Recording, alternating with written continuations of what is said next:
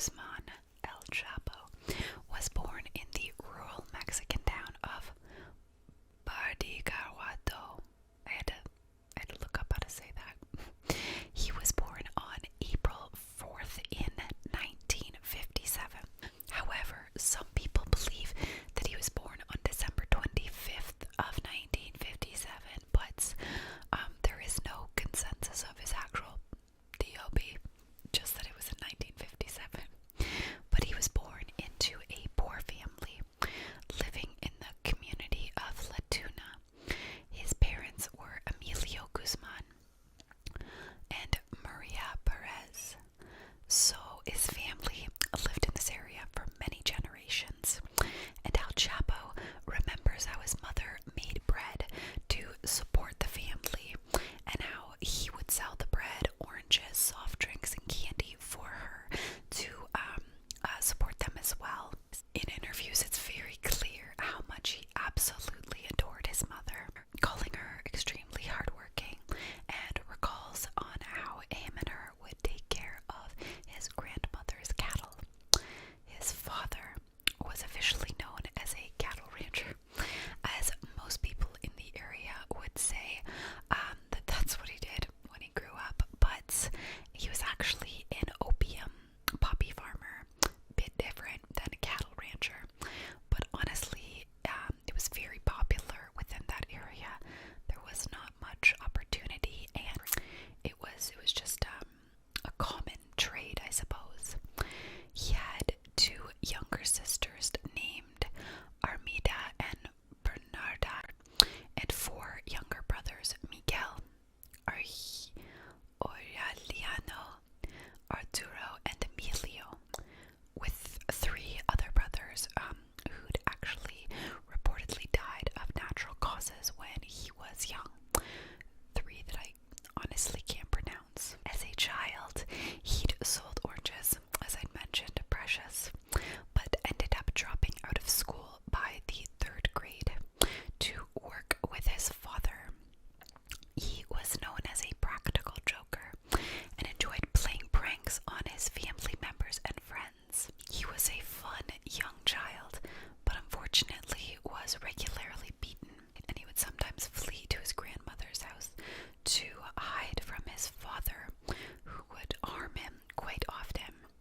He was strong, but a very quiet boy. Brave, since as he was quite young, he would actually stand up to his father to protect his younger siblings from being beaten and harm himself while protecting them. People say that his anger was built up from all of this, from him facing his father at such an early age, and you will learn he did become a very angry, violent man.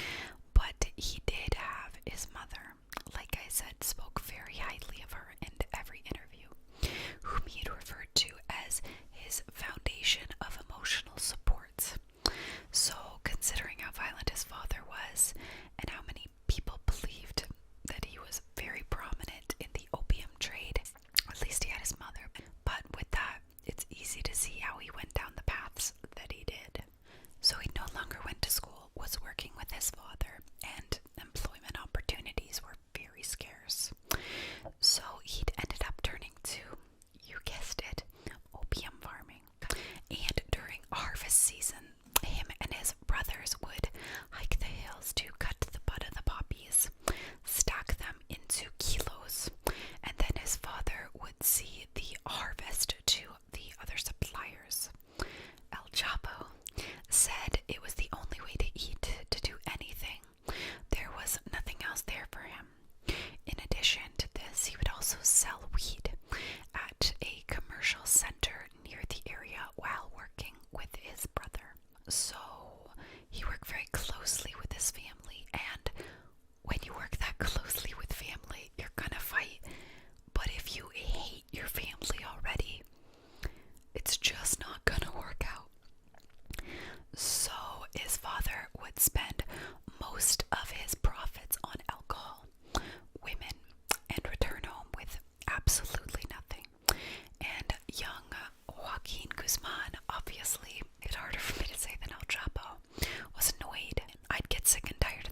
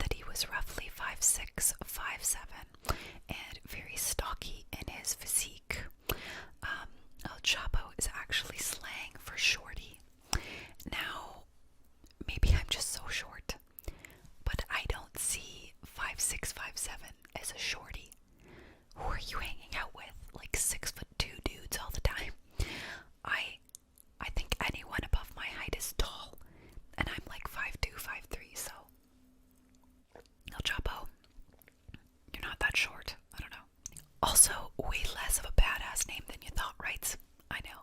I know. So he'd ended up leaving his hometown, that I'm not going to try and pronounce again, in his 20s and joined organized crime. He was looking for greater opportunities, and his uncle was actually one of the pioneers of Mexican drug trafficking, so he'd had a good in, I suppose. But I mean, he was already working in poppy fields and selling his own weed, so why not join in? By the late 1970s, he had proven his value in the narcotics business and begun working with another rising dealer named Hector Luis Palma Salazar.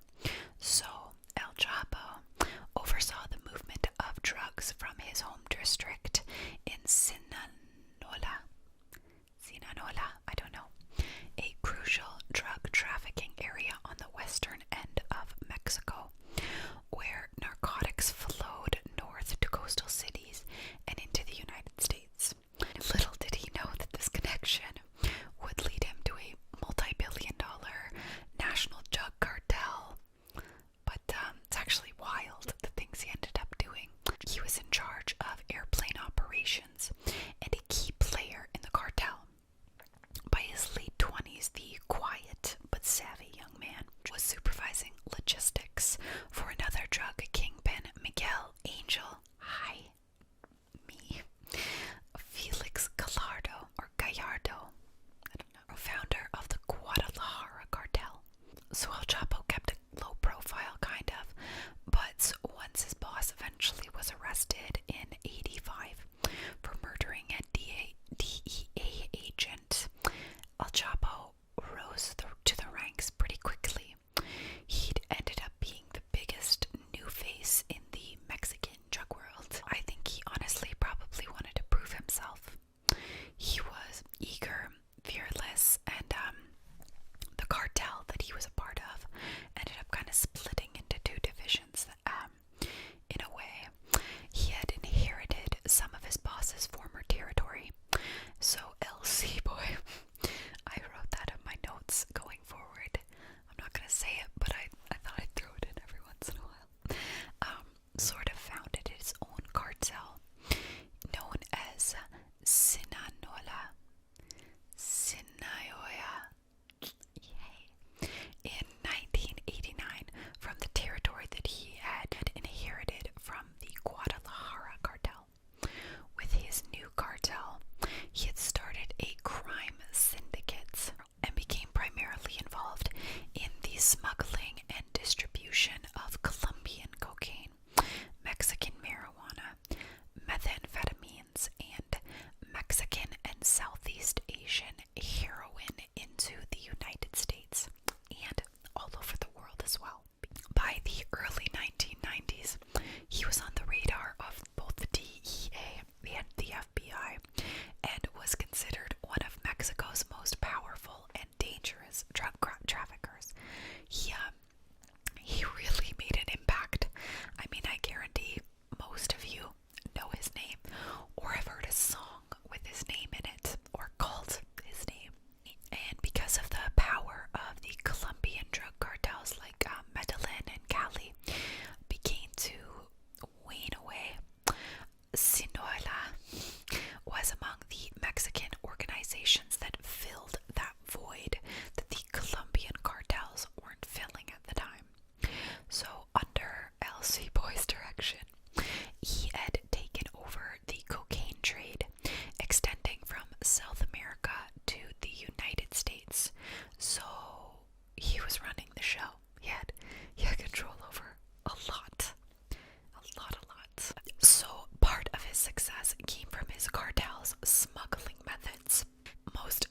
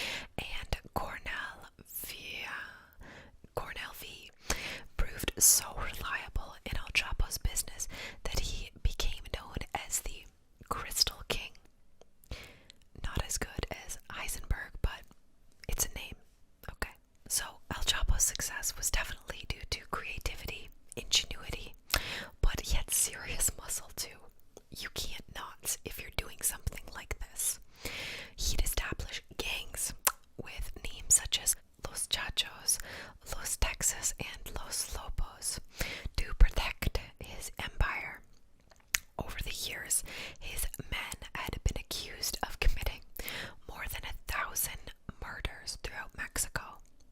The casualties included both incompetent henchmen and rival bosses. He was dangerous, but how dangerous? Well, on one hand, you had a man that was so powerful and that he would do things like enter a restaurant, have his gunmen walk to every table, take their cell phones, and shut it down, essentially. But you had to stay. They would say things like, "Gentlemen, please, a moment of your time. A man is going to come in, the boss. We ask that you remain in your seats. The doors will close and no one can leave. You also cannot use your phones. But don't worry, if you do everything that we ask of you, nothing will happen. Continue eating. Don't ask for your check. The boss will pay." Neat. I'm not scared, you are. Literally, that would be cool, and it makes sense why later on he became such a folklore hero, in a sense. But he also was so, hit and miss. I mean, he would do things like pay everyone's meals in a bit of an intimidating way. But then also, he was known for killing 4 Jehovah's Witnesses who simply knocked on his door. So, it was like, well, what are we gonna get today? But otherwise, you're either close with him and you might get killed, not close with him and you might get killed. It's luck of the draw, really. In 1992, the police actually found 6 bodies belonging to El Chapo's top men, just along the side of the highway, just dead along the road. The autopsy showed that they were tortured and then shot to death. And then just 9 months later, 6 more bodies appeared, and it turned out they were gunned down by El Chapo's men themselves. So his men killing his men, essentially. So you just didn't mess with him. You didn't work for him. You didn't mess with him. You just did nothing. You sit in the restaurant and do nothing.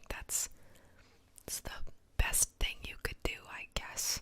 But in 1993, authorities actually had found and captured El Chapo and extradited him to Mexico, where he was convicted and sentenced to a maximum security prison for 20 years. He was wanted for drug trafficking, potential murder, and kidnapping. But even behind bars, El Chapo maintained his power.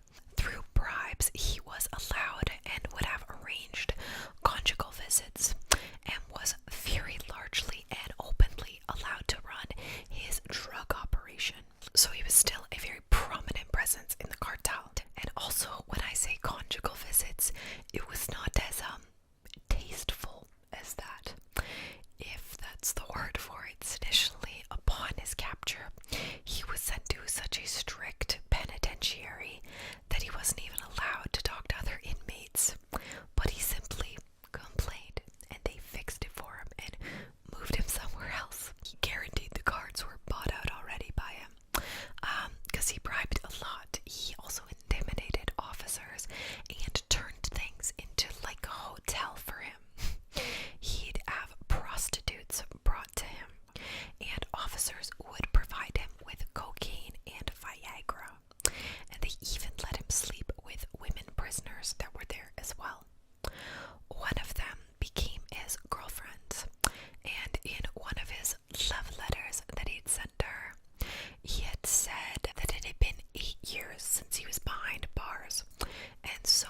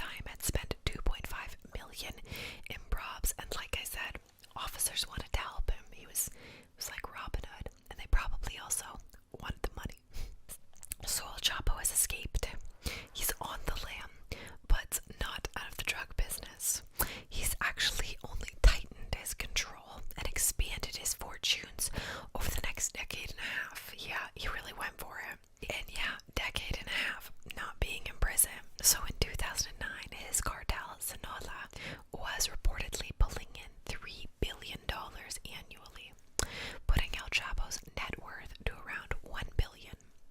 That earned him the number 701 ranking on the Forbes list of world's richest people.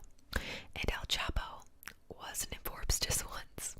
He was ranked by Forbes as one of the world's most powerful people 3 separate times, in 2009, 10, and 11, with an estimated net worth of $14 billion at the time. So yeah, cartel leaders in Forbes listed as powerful. Not wrong, because he's rich and he might kill you. So, once again, already had a target on his back, escaped from prison. He became the #1 target of the US government. He was bringing in more drugs than anyone else, and so it's not surprising. And an offer for a $5 million reward for any information that would lead to his arrest was issued. I would have loved to have been a bounty hunter then, except wouldn't have done it. El Chapo's scary. And this was in 2012. The US authorities then even went as far as to freeze the American assets of his family members. So, big deal. Also, not that long ago. Kind of blows your mind, doesn't it? Blows my mind. An aggressive assault on drug cartels started by the Mexican government in 2006 had failed to uncover El Chapo. He'd moved freely around his country. He'd even got married during that time period, celebrating the event with a large party that included police officers and local politicians among the guests. What a funny guy. His story straight up makes me laugh. Now, I'll touch a bit on his wife here, whom is the woman I am dressed like right now. See the resemblance, kind of? No? I tried. So, the way that he had met his wife, and I'm not sure which of these are true, but there's 2 stories that I'd heard of. You guys can guess which one is the truth. So, he'd married a former beauty queen named Emma Cornell Aspiro. Maybe saying that wrong. Gonna call her Emma. She was 32 years his junior. And how did he meet her? He had his men swarm one of her beauty pageant parties with guns. Well, he had touched down on a plane to meet her. That night at 18, and he was 50, they fell in love and announced that they would be married that night.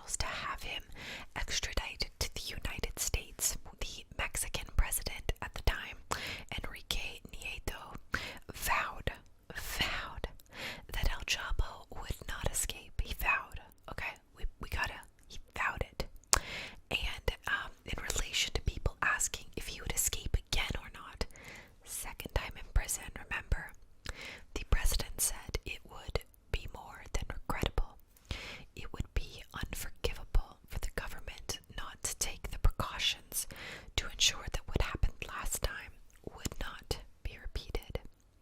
So he escaped before, was out of prison for years, and you've got him. Good job. You're not letting him escape again, right? I know if I was law enforcement, I'd be all over that, but I mean, Jeffrey Epstein. But I don't really think that's how Chapo's concerns, though. He doesn't really have any concern for his well-being. But keep in mind that he's escaped before, so they should have officers on him all the time. And he's El Chapo. So sure enough, on February 22nd, 2014, when he was arrested again, he was imprisoned. But his men are loyal, beyond loyal. He bought property right next to the prison, and not really just so they could be close to their boss. They ended up putting 2 buildings up on the land, and there was nothing inside of them. They were totally empty, a weird cover-up. They'd actually used this as a cover to dig a tunnel that would lead to his cell. The tunnel itself had rail carts, lights, air supplied systems, and was a mile long. Very cool, I must say. So only 18 months after being arrested, when everything was all ready for him to go, during the night he had crawled through an opening in the shower area to the tunnel. He'd climbed down a 30-foot ladder and, using a motorcycle, had drove a mile away from the prison in about 2 minutes. He had changed his clothes, gotten into a truck, and just disappeared. Those men were anyone that was close to him was undyingly loyal, and they planned yet again a secondary movie-style escape. It's actually crazy to me. While on the run, he was quoted saying, "I have a fleet of submarines, airplanes, trucks, and boats." And that is what you think of when you think of a crime syndicate mastermind. Someone who climbs down a ladder from his prison cell, hops on a motorcycle, rips away, and disappears. Honestly, it's insane. If you're a child watching this, do not do any of these things. If you're an adult watching this, do not do any of these things. But also, you gotta admit, I'm not gonna say it's cool, but that is a James Bond villain right there. If you're gonna escape prison, that's a way to do it, you know? So, on October 17th, 2015, El Chapo had been out of prison for a few months and had reportedly injured his face and leg when escaping a failed military manhunt to capture him in the mountains of northwest Mexico. Around that time, unbeknownst to the world, the El Chapo conducted a secret interview with American actor Sean Penn. What? What are you doing, Sean Penn? How is it that the DEA, the FBI, everyone is looking for him, but Sean Penn can find him? Okay. So El Chapo wanted to make a movie about his life and managed to connect with Penn via Mexican actress Kate Del Castillo. Knowledge of El Chapo's travels to this interview had helped agents close in on him. But Sean Penn does not agree with this. He does not think that he helped, and he actually severely regrets this interview. He says that it was a myth that their visit was with El Chapo was essential to his capture. They'd actually met with him many weeks earlier and nowhere near the place of his capture. So far as he knows, his visit had nothing to do with that. All Penn knows is that the Mexican government at the time was humiliated that someone found him before they did. And all Sean Penn had was a contact where they could facilitate an invitation that Penn thinks that they wanted to see him blamed for and put him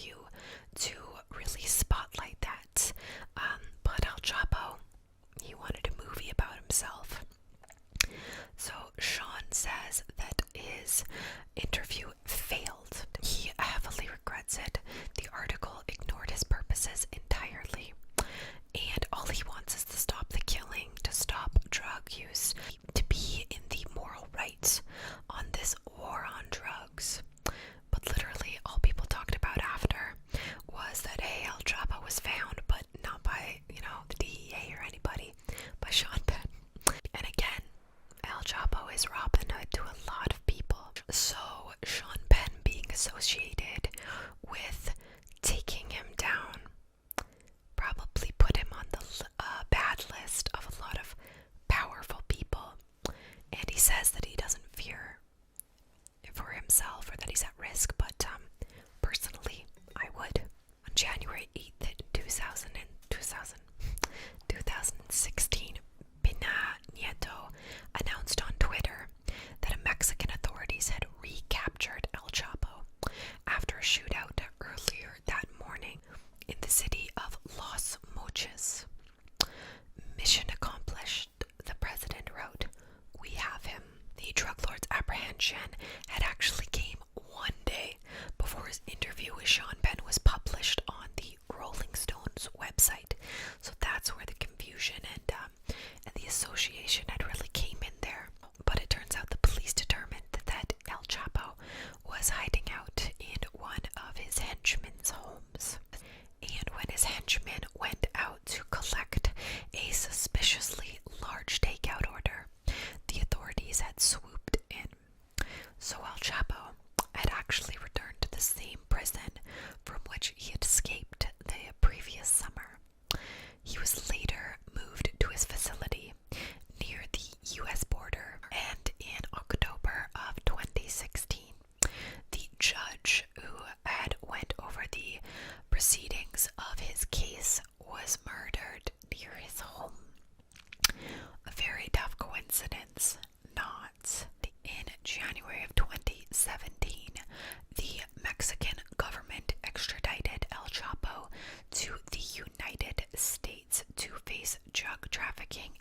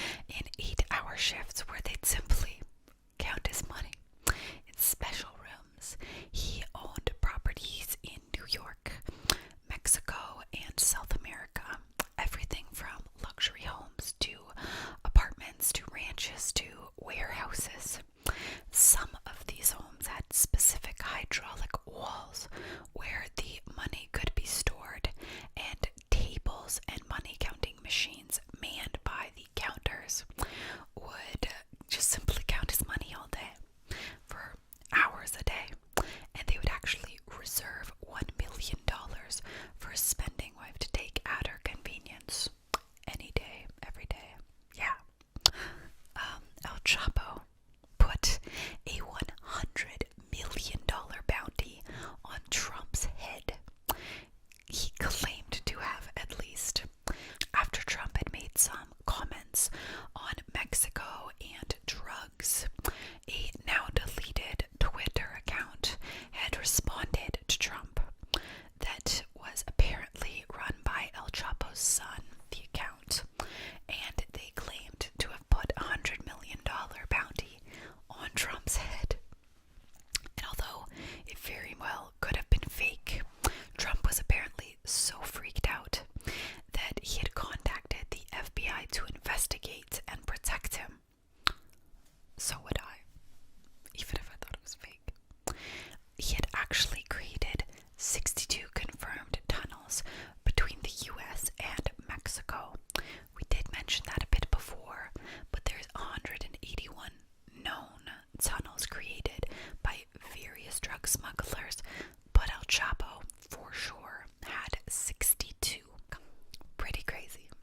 With the help of two of the most powerful gangs, the Latin Kings and the Gangster Disciples, he controlled 80% of the heroin, cocaine, and marijuana that controls Chicago, where he makes $3 billion a year alone. While the empire did circle the entire globe, he had a very special relationship with the United States, operating in 64 of American cities. He had a California's driver's license as well, with another man's name on it, his picture, and he'd buy Corvettes with it. He would then take those to bribe Mexican generals. The Mexican governments went after his competitors quite forcefully, and even though his cartel was by far the biggest and largest, it only accounts for 12% of the arrests that were made in Mexico.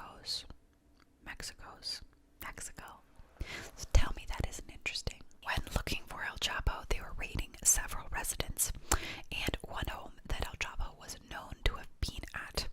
Apparently, there was a tunnel into the drainage system that they had found.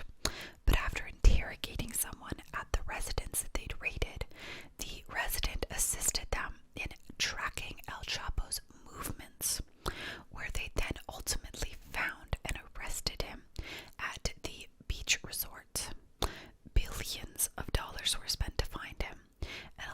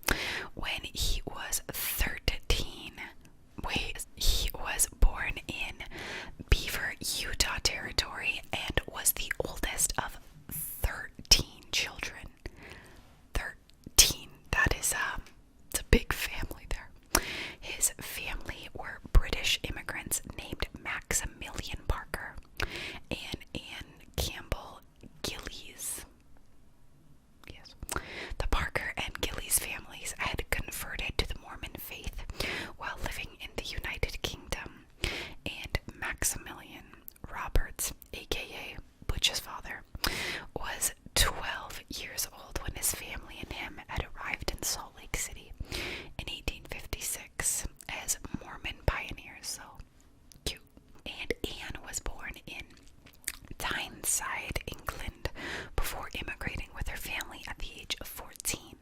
The two married in July of 1865. So Robert Butch, it might be confusing in the beginning when we don't establish his name yet, but he grew up on his parents' ranch near Circleville, south of Salt Lake City. His family was very poor, and a Church of Jesus Christ of Latter-day Saints family. They would spend their evenings reading the church doctrines, playing games, and Butch Roberts would play the harmonica for the family. Precious. When he was 8 years old, his family homestead of a large ranch outside of Circleville, Utah, the easiest town name I've ever had to read, was where he became an expert cowboy and a playful older brother to his younger siblings. The family, although religious, wasn't the most devout members of their church, and it's actually believed that they may have been involved in an illegal underground railroad sheltering polygamous families from the U.S. government, which is very interesting. Once Roberts, aka Butch, was a teenager, he'd actually left home in hoping of carving out a better and more prosperous life than what his parents were able to provide for him. He'd left a note to his mother saying, "Ma, there's not much for me here. No future. Pay in Utah is low, you know that.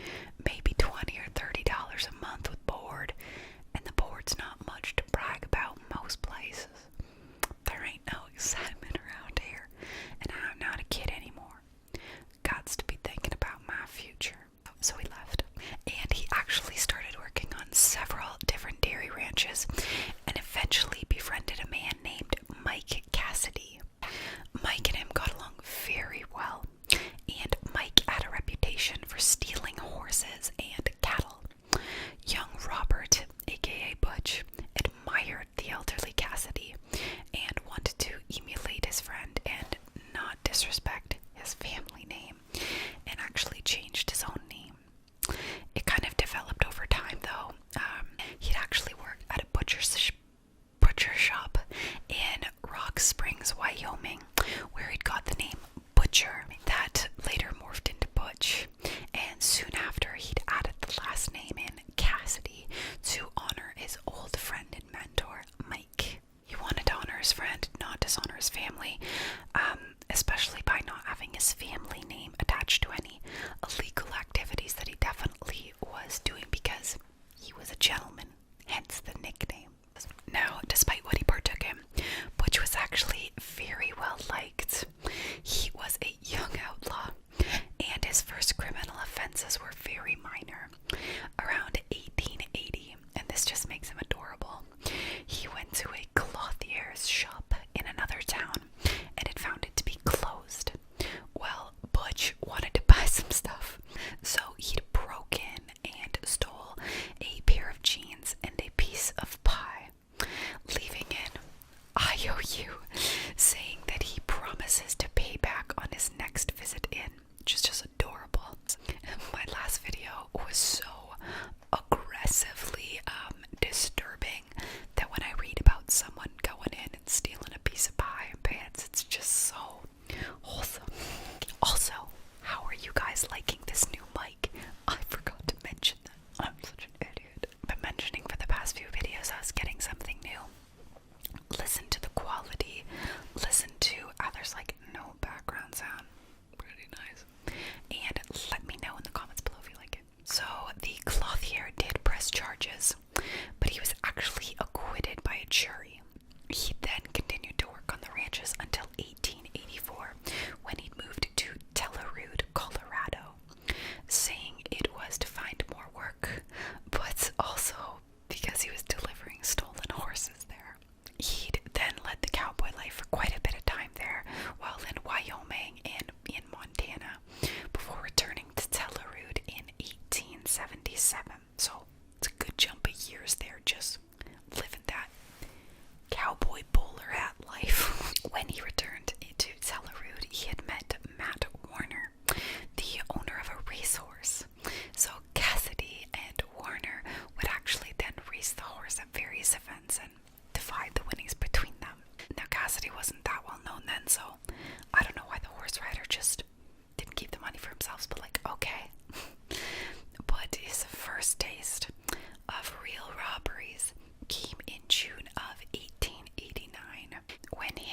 his new friend Matt Warner, as well as two of the McCarty brothers, robbed the San Miguel Valley Bank in Tellerud, Colorado. Apparently, weeks before this robbery, people in town had seen Butch kind of training his horses to be able to handle what was to come. He would train them to be absolutely calm and still as he ran towards them head on and hopped on their back, prepping for a stealthy getaway, no doubt. But a lot of people thought he was weird, so, I mean, hey, it worked out for him. Him and his friends constructed special leather bags as well to carry loot, and apparently would create and lay out painstakingly drawn out escape routes in advance, with a relay team of fresh horses nearby should anything get spooky. They were very detailed. Butch was incredibly organized when it came to his robberies, and it ended up becoming a bit of a hallmark of his. In this specific robbery, his first one ever, he had made off with more than $20,000, which is a pretty big win for him, honestly. Like, let's go, Butch, because that's about $598,000 today, so that's nice. Yeah, make fun of him for running at horses head on.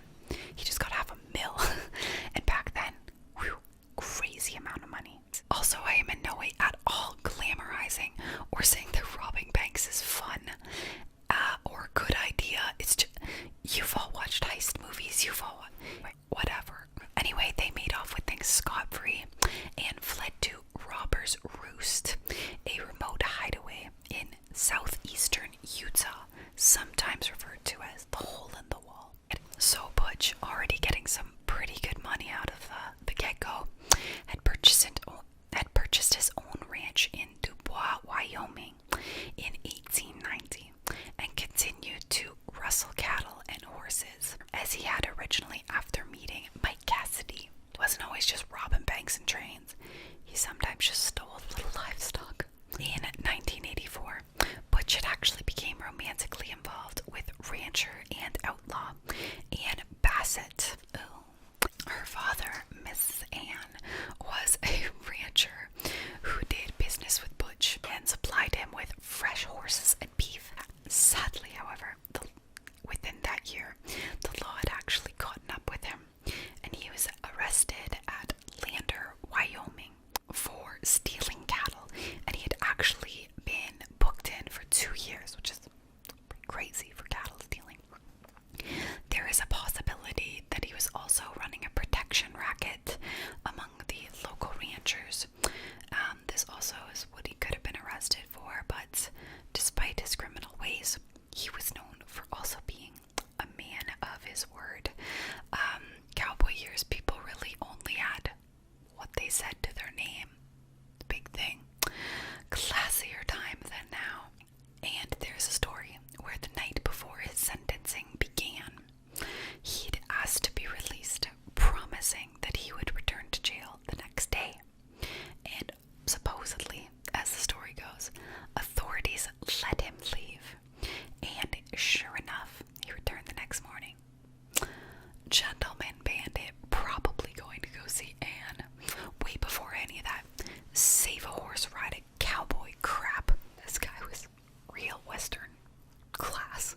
Says me, dressed in what hipsters wear to the stampede. So upon his full release in 1896, only 18 months of his 2-year sentencing served, he was pardoned in January by Governor William Alfred Richards. He'd then returned to his rootin' ways, living life as a criminal. He was actually also, I don't know why I care about his love life so much, but I do, okay? But he afterward was involved with Josie, Ann's older sister, the drunk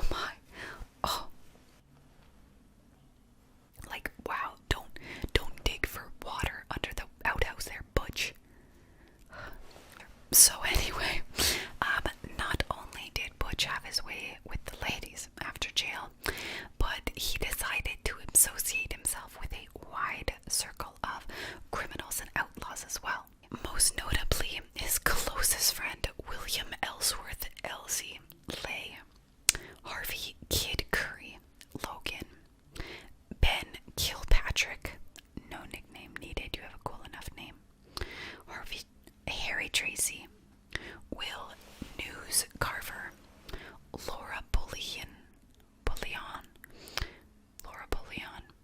and George Flatnose Curry, whom collectively became known as the Wild Bunch Gang, as Cassidy assembled them to be members of his team. They assembled in 1896, just after his prison release, and they'd actually took their name from the Zoolin Dalton Gang, also known as the Wild Bunch. So creativity was lacking, much like their outfits. But also outlaws don't care. So on August 13th, Butch, Lay, Logan, and Bob Meeks robbed the bank Montpelier, Idaho, escaping with $7,000. And sometime after that, it was actually a little hard to find exactly how these two met, but his PIC, the partner in crime duo, still known to this day, and the handsome, stoic, East Coast born former cowboy turned outlaw named Harry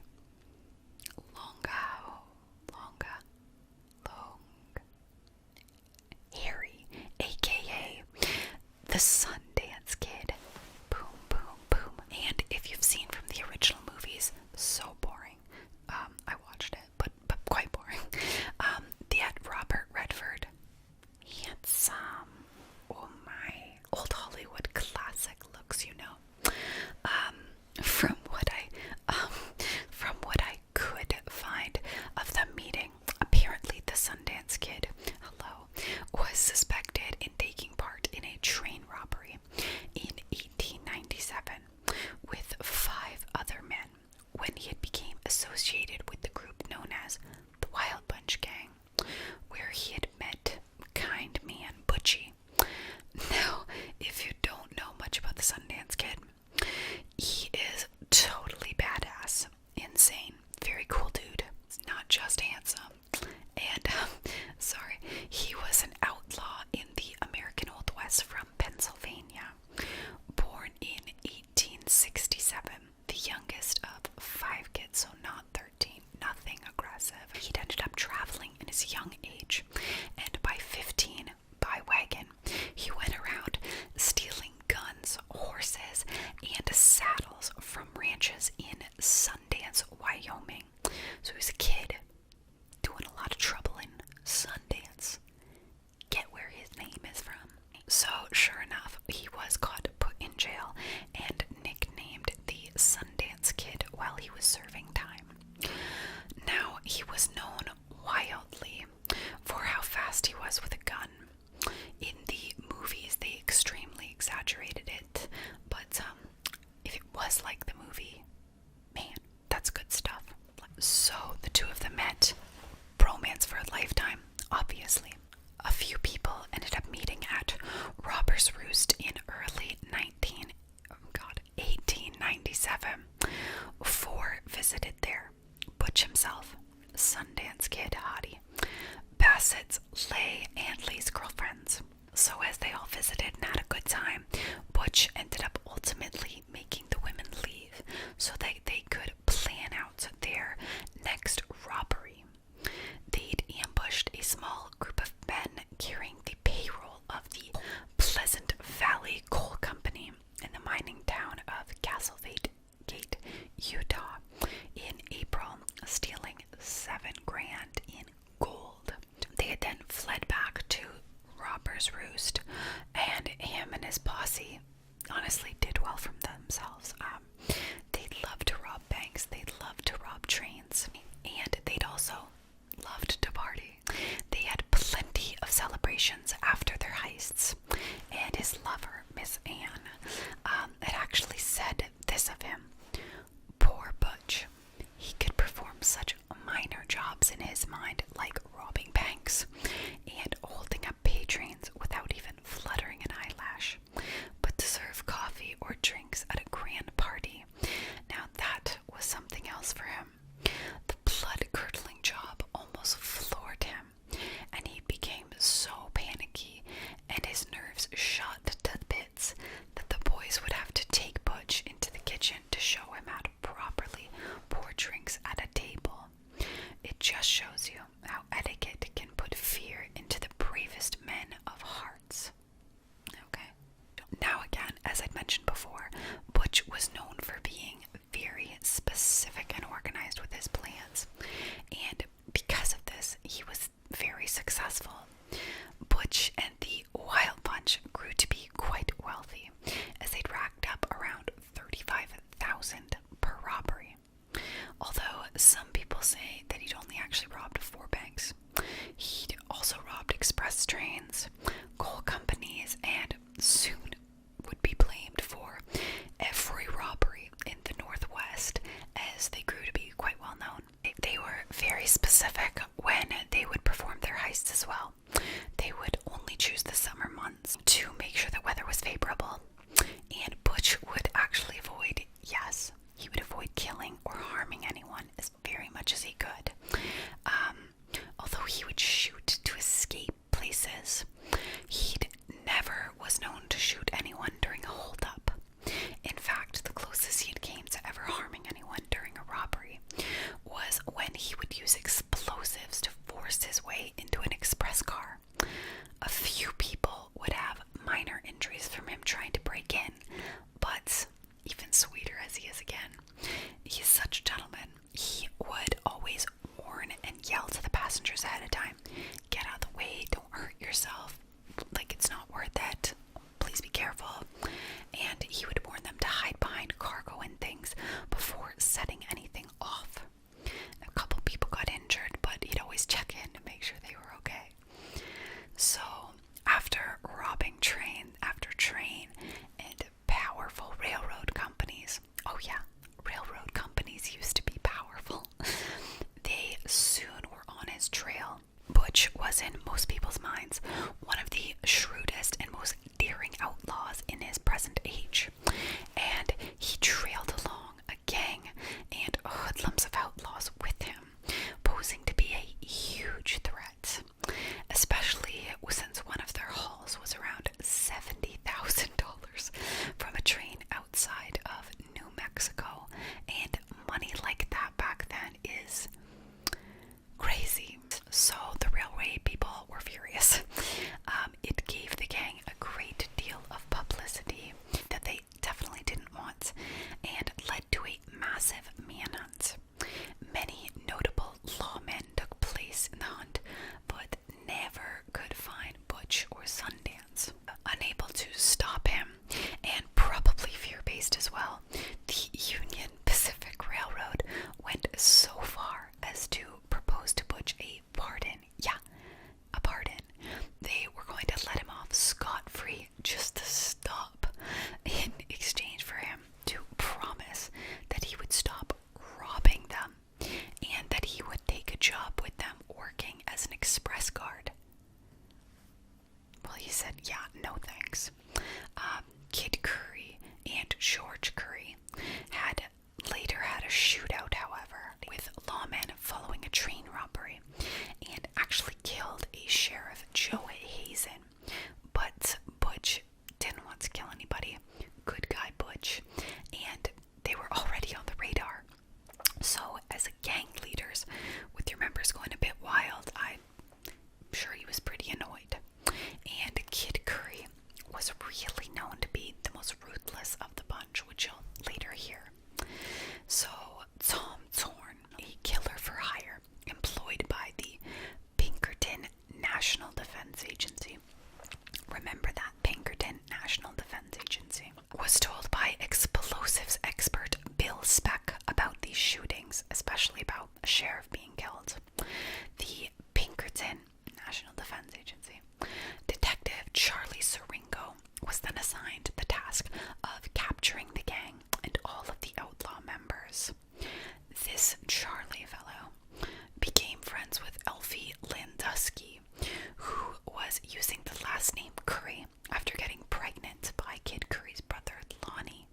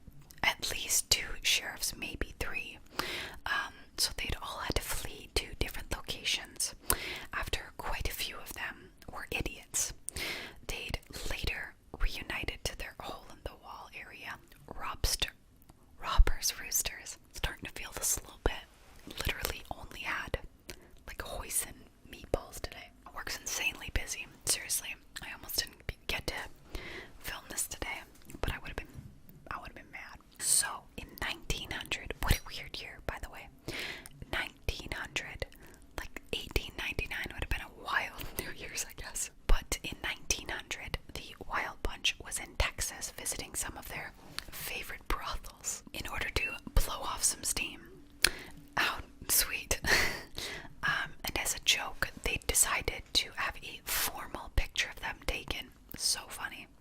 But it actually really screwed them over, which just keep that in mind for the future.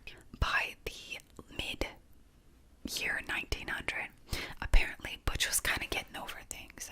A lot of things had came up, obviously, and he was getting tired of living life on the run, which I can imagine. And a lawyer claimed that Butch had came to visit him, curious if he could get a pardon so he could settle down for good. He'd had enough money, and he was just, again, over it. But he was told that that would be impossible, and Butch actually responded by saying, "You know the law, and I guess you're right. Sorry again. But I'm sorry it can't be fixed. You'll never know what it means to be forever on the dodge." You'll never hear this terrible accent, Butch. Which is actually pretty sad. Because if you think about it, he really started this because he was a kid and he was bored. Hence the note he'd given to his mother. But he didn't want to hurt anyone. He just loved stealing, robbing trains, banks, and getting blackout drunk with his friends. He was probably looking back being like, wish my gang members kept things together so that I could just exit this life easily. But I guess when you start with a life of crime, ain't that easy to get out of. So stay in school, kids. And if kids are watching this, I'd be in shock. On February 28th of 1900, lawmen attempted to arrest Lonnie Logan, gang member, at his aunt's house. So Lonnie was later killed in a shootout that followed, and his cousin Bob Lee was arrested for rustling. Now, I don't know what that is, but when I hear the word rustling, I think of leaves. Doubt that's what it was. Well, soon after March 28th, George Curry and News Caver were pursued by a posse from St. John's, Arizona, after using currency which they'd stole from a previous train robbery. The posse engaged in a shootout where 2 deputies were killed and the 2 escaped. But Curry was later killed in a shootout with Sheriff John Tyler, and May 26, Kid Curry actually rode into Utah and killed John Tyler in retaliation of George's death and of Lonnie's arrest. Now, as I mentioned shortly ago about that photograph they took, yeah, well, a Wells Fargo agent recognized the gang in the picture as it was displayed outside the studio where it was taken. And honestly, it ended up being the perfect wanted photos of them ever. Best thing they could have asked for. No crap drawings, no estimates. Here's a perfectly taken portrait of every gang member, every member of the Wild Bunch gang. The look. On July 3rd, in 1901, Kid Curry and a group of men robbed a Great Northern train near Wagoner, Montana, stealing $60,000 in cash. The gang had split up, but a posse was led, and News Gafford was killed. Kilpatrick, the best non-nickname ever, was captured. Curry, badass and angry, killed the policemen involved in this and escaped, returning to Montana. While on his way there, the Pinkertons and other law enforcement had pursued him, but Curry had ran along and killed a rancher in retaliation for him killing his brother years ago. So Curry went on a mad tirade where he avenged any and every one gang member's death or capture. Yeah, he really went off. But where was Butch and Sundance while all of this was happening? The leaders of the gang. Well, the bromance never ended. Bromance of the year fled to New York City, feeling continuous pressure from law enforcement that were pursuing them, and they kind of ran as soon as the gang members started to fall apart piece by piece. They departed from there to Buenos Aires, Argentina, aboard a ship with Sundance's lady friend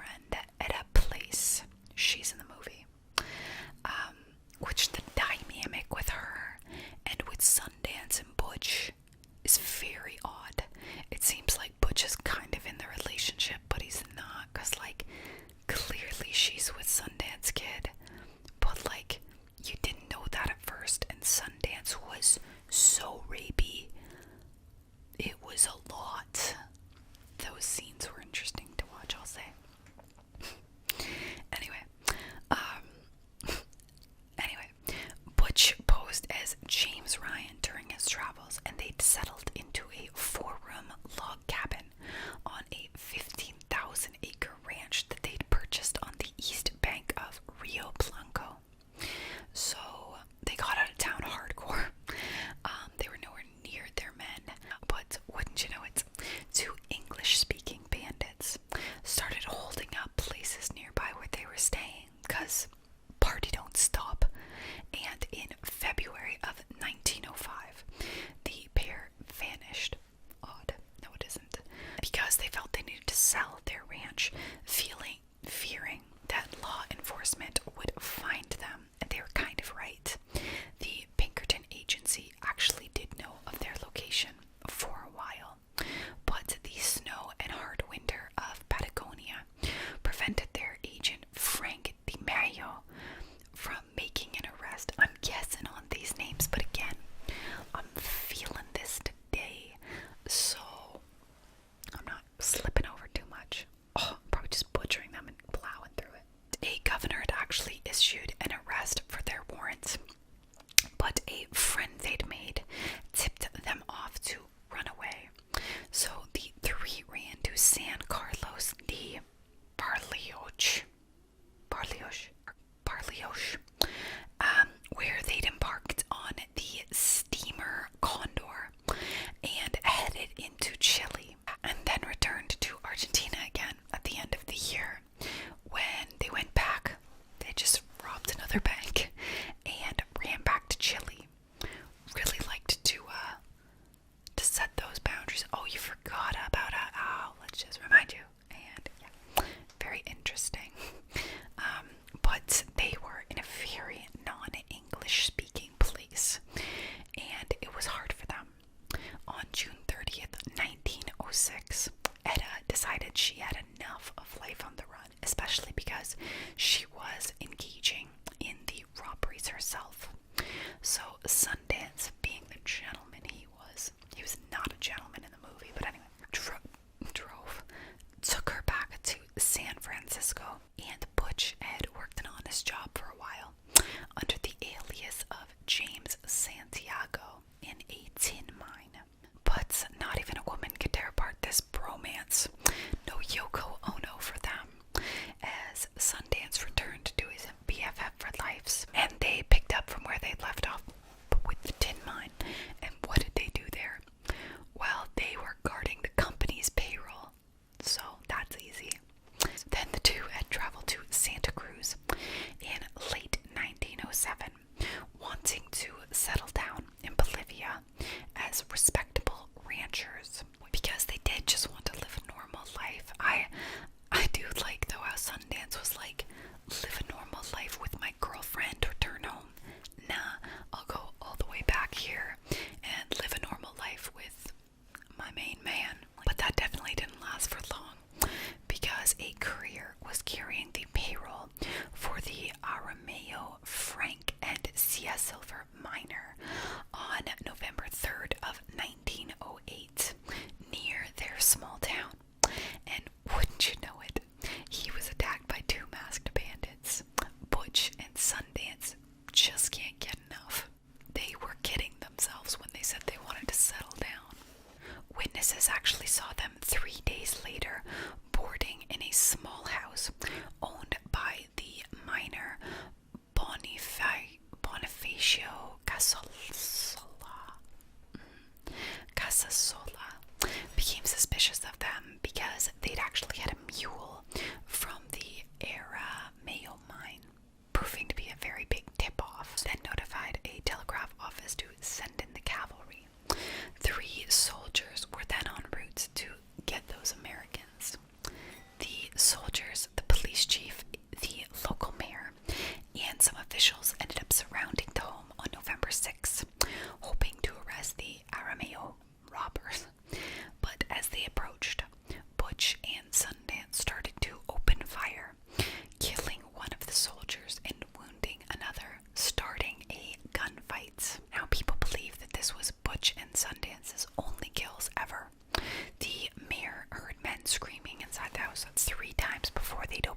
so they were hidden behind the home.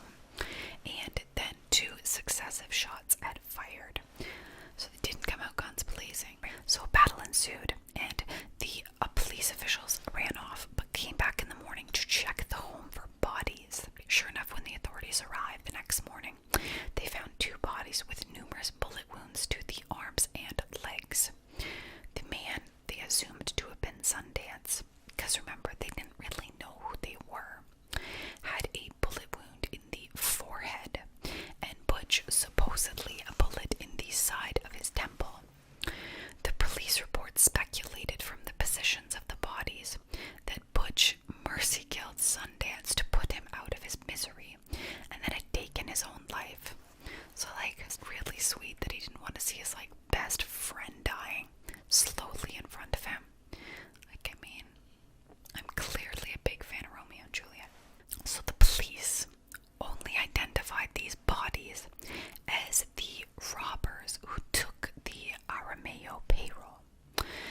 They didn't know who they were. The bodies were buried at a small cemetery in San Vicente, near the grave of a German miner, and an American forensic anthropologist and his researchers attempted to find the graves in 1991.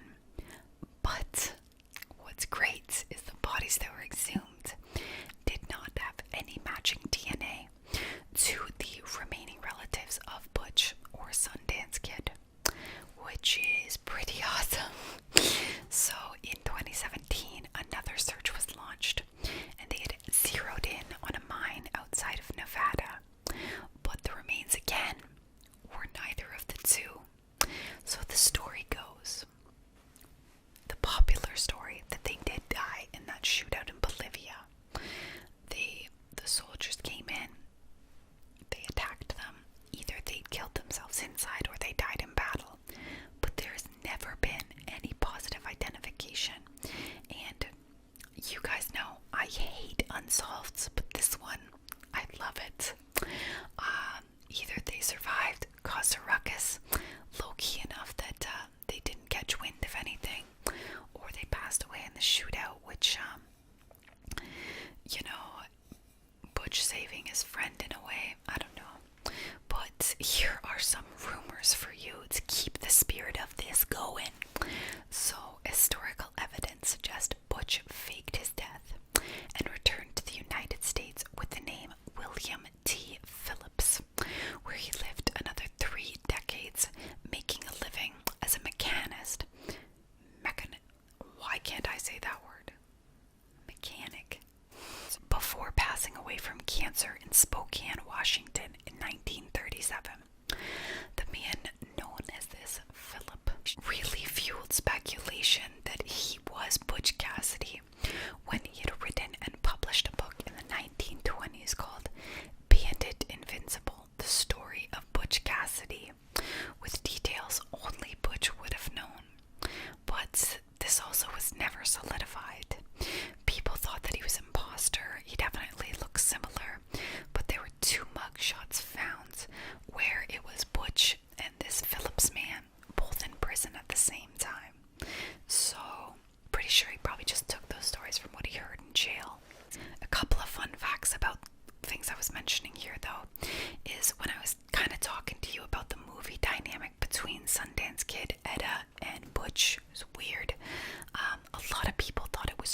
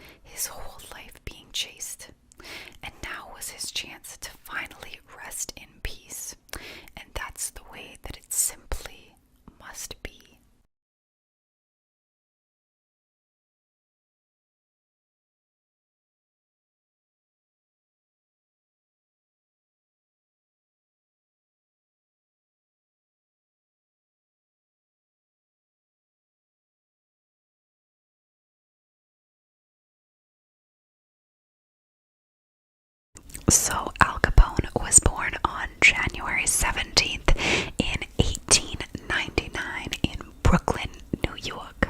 Al was the fourth of 9 children. Yes, an insanely full household. And his parents were Italian immigrants moving to the United States under thousands of others at the time arriving in New York in 1894. Yeah, I'm even going over his family's timeline. We're really getting into it. His father was 30 years old when he arrived and was educated in Naples. There, he had earned a living as a barber and would continue to do so once he arrived in America. His wife, Teresa, was pregnant when they'd arrived, but would work as a seamstress and was already bringing up 2 sons, 2-year-old Vincenzo and infant son Raphael. The Capone family lived in a rundown home near the Brooklyn Navy Yard. It was a pretty tough place to grow up as a child, since there was a lot of sailors coming to port who were looking to, relax and give in to their vices a bit. They really wanted to take the edge off when being at seas for a very long time. So the area did have a lot of prostitutes. It was a pretty rough, crime-filled neighborhood. Lots of bars, and the family did struggle a bit while living in this neighborhood. They definitely had their hardships, but the family was, in general, a respectable, law-abiding family. So in the early years of Al Capone's life, you would never look at him and think, yeah, he'll venture into the world of crime and become enemy number 1, public enemy number 1. No, you would not think that. However, because of the area that they were living in for the first few years of his life when he was quite impressionable, and it was such a heavily crime-filled area, I could see where he did get a bit of the influence for it. But they were able to move to a safer neighborhood, a more respectable one, when Al was about 10 years old. And looking back, a lot of what I'd read from his early years, his family was very wonderful to him. His mother was extremely religious her entire life, and his father was an excellent father figure towards him. So, not really sure where his love of crime came from, but you can see it throughout his younger years. When Al was very young, he had seen an elderly woman's washboard being stolen. He'd organized his kid gang that he was a part of to steal it back, and not only that, but to beat up the thieves. And then they had a celebratory parade, kind of like Robin Hood style. Al saved the day. So he really wanted to be the good guy from the get-go, and throughout his life, you'll hear me repeat that a lot. He did just want to seem to others as a good, wholesome guy, but he would try to do so by using violence at a very young age to achieve that. But it was actually Capone's schooling that was quite inadequate for where he was, and a bit brutal towards him. He went to a Catholic institution, and despite being a promising student, genuinely, he was expelled at the age of 14 for slapping a female teacher in the face. He was then lashed by his principal and never went back to school. He had completely dropped out, and that was in the 6th grade. And this is kind of where he started and then never left his delinquent phase. As a boy, he was heavily a part of his little kid gang and would move throughout others over time. But after being kicked out of school, there was a time where he tried to live life in the straight and narrow. He'd worked at a munitions factory. He worked as a pin setter at a bowling alley, and he even was a cloth cutter. But he had then gotten a job at the Harvard Inn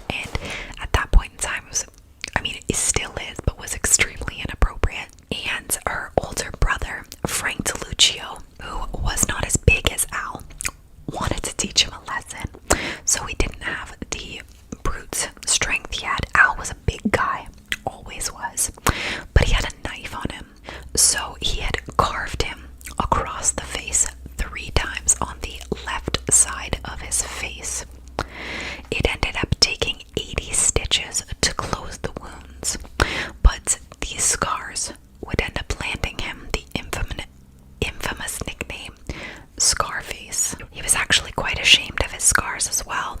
He would try and use powder to hide them. He hated the nickname Scarface and would often ask people to photograph him on the right side of his face so people would avoid seeing them.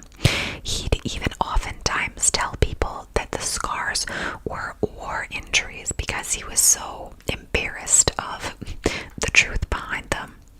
Little did he know that that nickname, Scarface, would be a blockbuster franchise and have several movies. But anyway, Al was very tenacious. He was hungry. He liked the work that he was getting into. And during the younger years, an 18-year-old Al had then caught the eye of a 17 years his senior Brooklyn mobster named Johnny Torrio. Could be Torrero. I think it's Torrio. Whatever. Welcome to my channel. So Johnny took a big liking to Al, and Al absolutely loved Johnny. He looked at him as a mentor. Not his father. Didn't want to cut hair with daddy. Wanted to hang out with Brooklyn mobsters named Johnny. And Johnny would visit New York, but he'd actually ended up moving to Chicago full-time to run things for Big Jim Colosimo. Big Jim had owned a string of gambling dens and whorehouses there out in Chicago. Good old Windy City. This is where all the action was, and the empires swelled with celebrities, politicians, all at his gambling centers, whorehouses, you name it. And they needed someone to tend to the spaces, watch over everything, make sure the flow was going well. And Johnny Torrero, was there to keep things running smoothly, but he'd needed someone with a bit of brains and a bit of bronze to be his muscle for a bit. Sure enough, he recruited his new best friend, Big Al Capone, Ali C, Scarface, Snorky. We'll get there. Around this time, Al was actually only 19 years old, and he became a father and then a husband, in that order. And now he had a promising job on the horizons that would help him care for his family. He'd married an Irish girl named May Coughlin on December 30th of 1918. She was 2 years his senior, and since she was Irish, I just found this out, apparently Italian boys see marrying an Irish girl as a status symbol. It's apparently really good, I guess. Makes you look great. Oh, I married an Irish girl. I didn't know that was a thing. Did you guys? So either way, that he married May and had a little baby boy. Their son's name was Albert Francis Sonny Capone. And I've heard a couple theories online that she was not his real mother, that his original mother couldn't take care of the son, and so he'd rushed married this Irish girl to take care of his son, to make a family with him. But I could not find that and confirm that that was real, so insert that little conspiracy theory for you. But for this story, we are saying that May is the baby's mother, because that's what a lot of things said. Reputable things said. So we're obviously at the phase of young Al just breaking into the scene. Just got married, moving to Chicago, working at a new brothel pub, a larger arrangement of things as well. But one other thing that I'd heard that I cannot confirm if it is true or not, but thought I'd sprinkle in for the funniness of this, is apparently when he'd first started working at the Harvard Inn and elsewhere, he would help recruit women to work in the brothel and then would test try them out at quite a young age. So could you imagine that, like 14 to 18-year-old Al, when he's working in these areas, test trying people out? That'd be the day. But anyway, the reality, the confirmed thing is Al did catch the eye of several big gangsters that all wanted to take him under their wing. But by the year alone, 1918, you should kind of be able to tell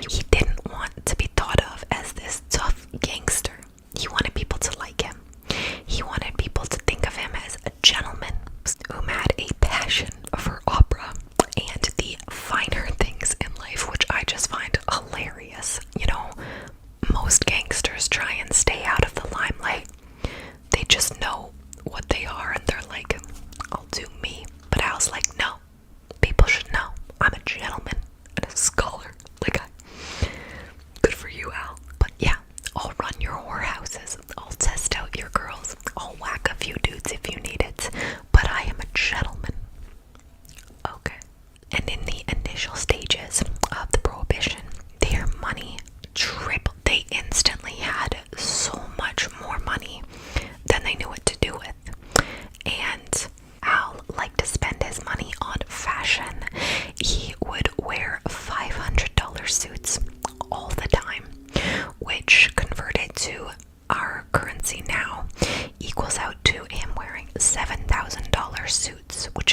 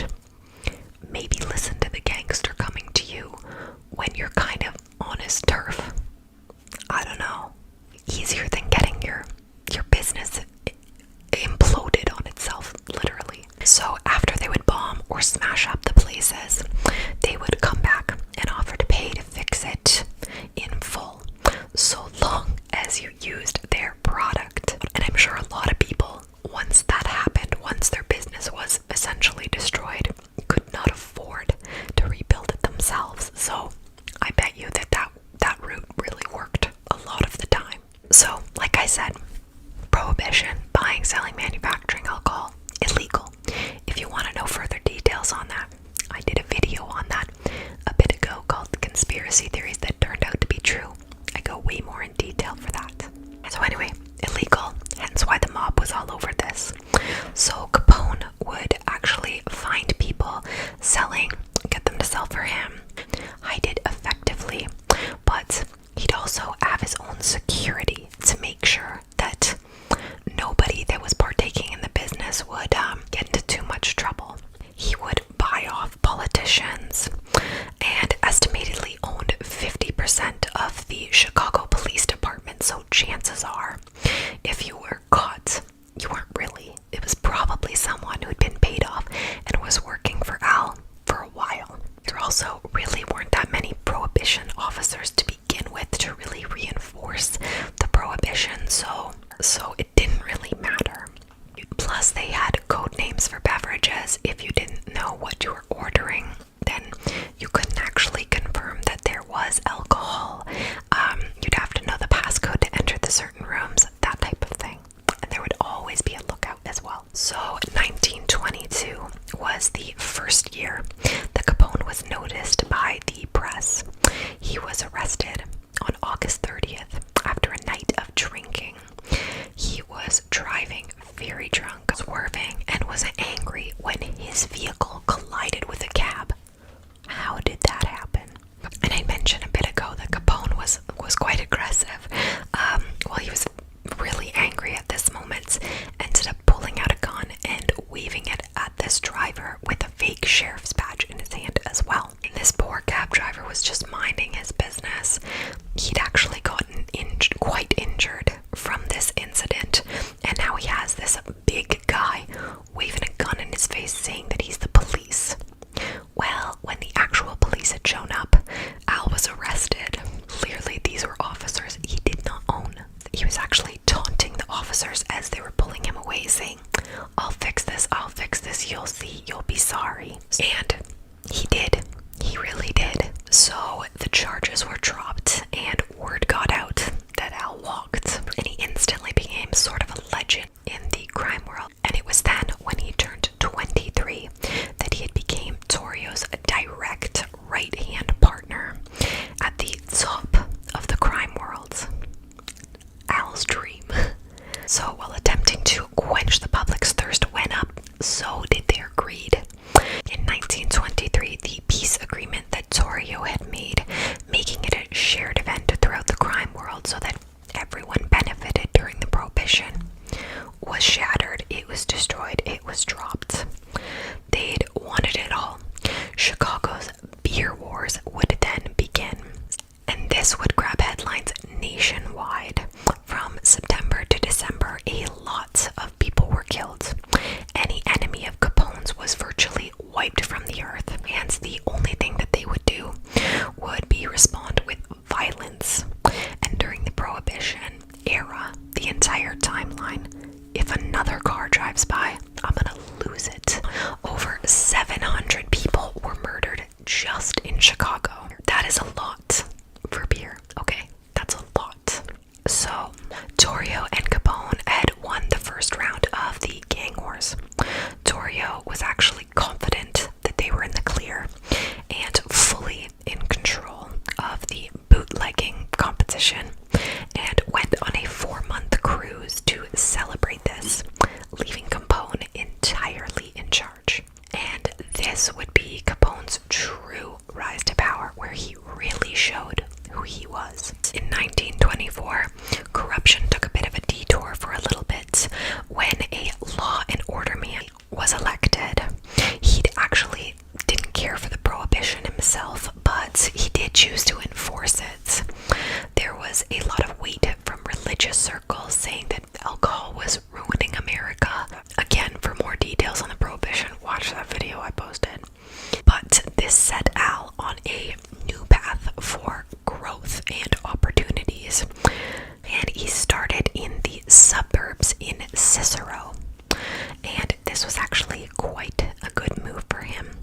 Cicero was a working class bedroom community of 60,000 people where bribery worked great for him. To keep his power, he'd had his suburban headquarters located at the Hawthorne Hotel. Yeah, I can talk. He'd even rigged the Cicero election by shooting and holding up electors who wouldn't vote as they pleased. Imagine going to vote and someone putting a gun to your back saying, "Oh no, that's not who you're voting for." Crazy. So on election day, April 1st, 1924, I wrote 84, Capone was very, very pleased with how the elections turned out. Not surprisingly.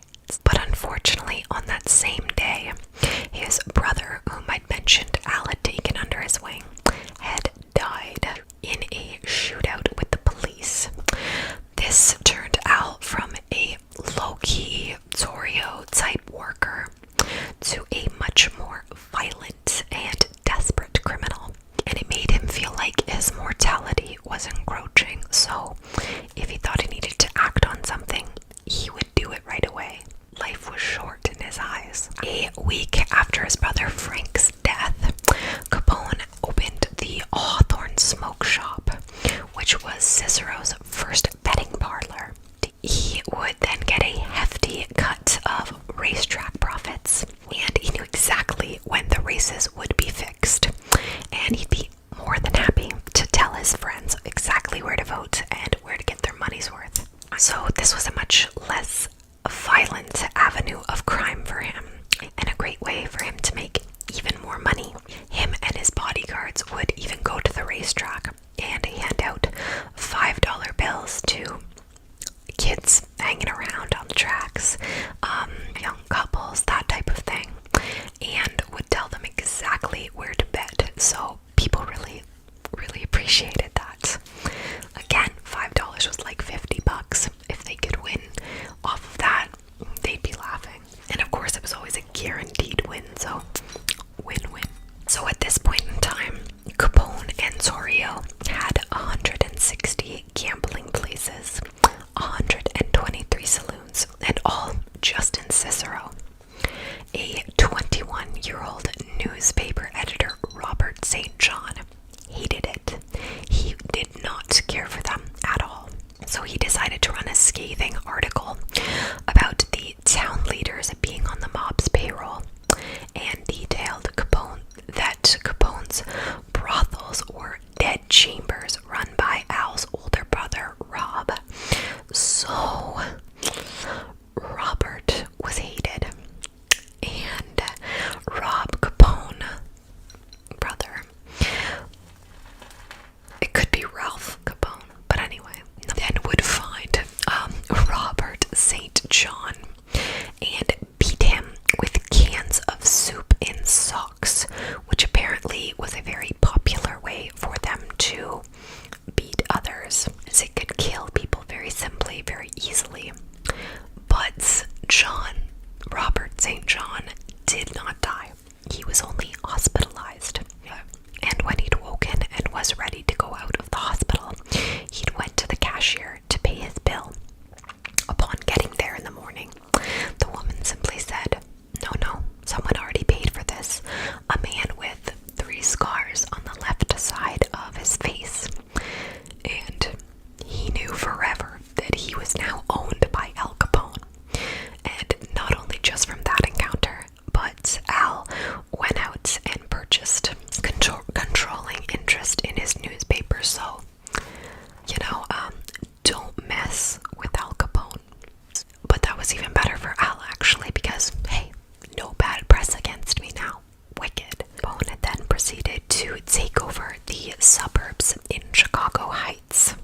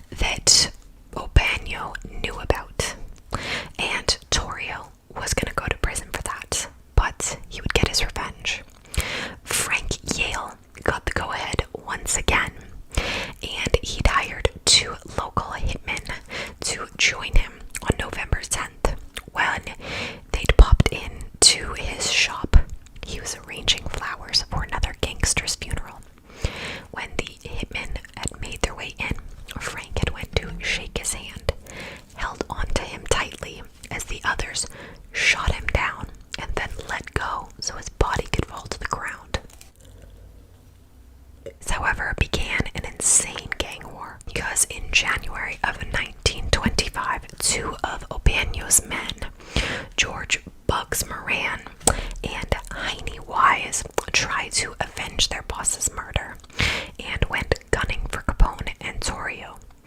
Torrio was hit, but he recovered and went to serve his time in prison. In March, Torrio had actually announced his retirement, and sure enough, Al took over for him and became the leader of the mob at 26 years old. That is young. Be running everything and calling the shots, a little 26-year-old. Unreal. So this mob boss, like I mentioned before, loved the limelight. Little Al, Big Al, when accused of any crime, he'd actually hold a press conference talking about how he had nothing to do with it. Get off his back, leave him alone. But man, did he. Once Al took over, crime rose and just got worse.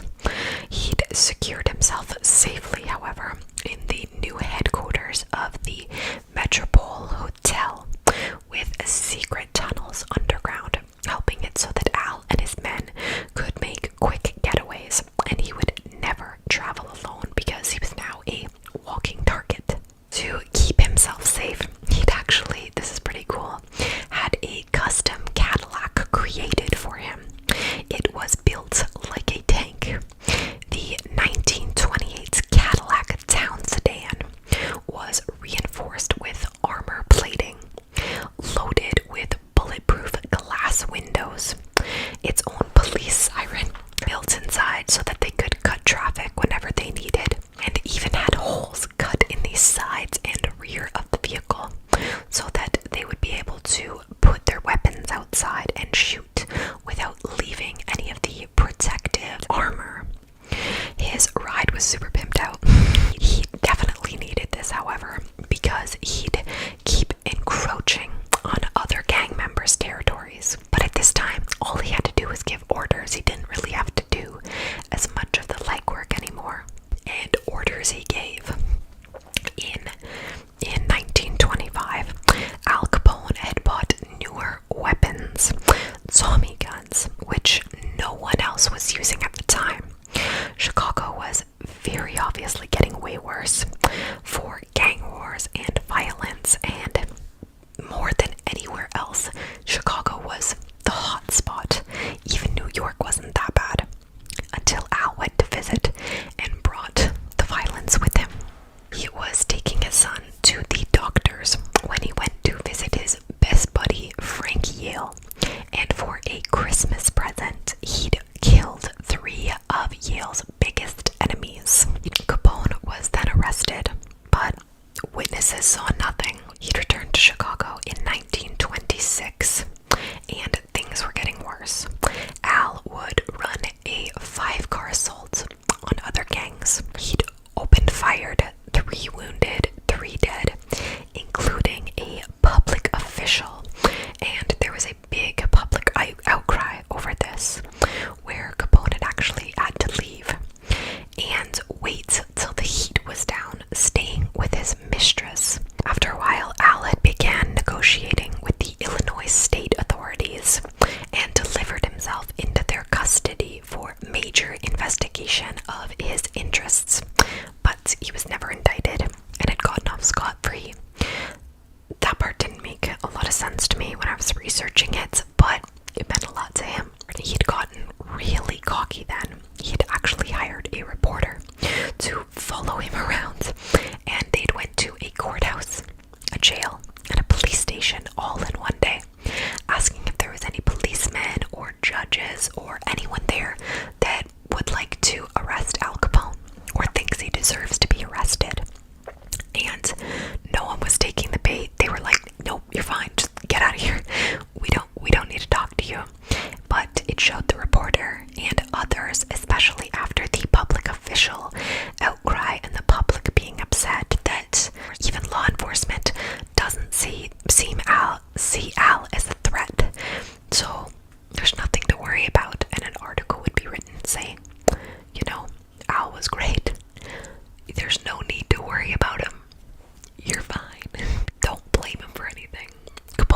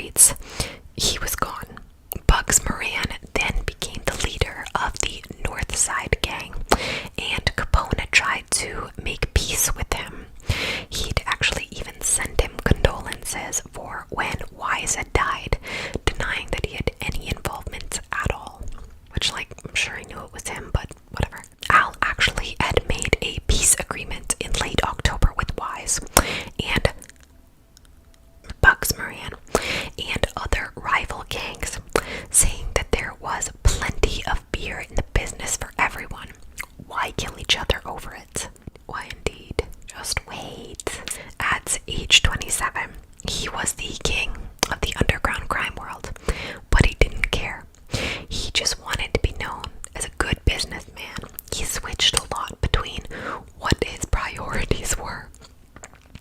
He did, however, employ over 400 people, had a multi-million-dollar operation, and he was always found in his office speaking with junior executives, making deals. He was no longer the guy on the street in the Cadillac shooting everyone up. He was a businessman and an employer in his eyes, and in 1927, things are going very well for him. He's taken in $105 million that year from his enterprise of booze swindling, prostitutes, and gambling.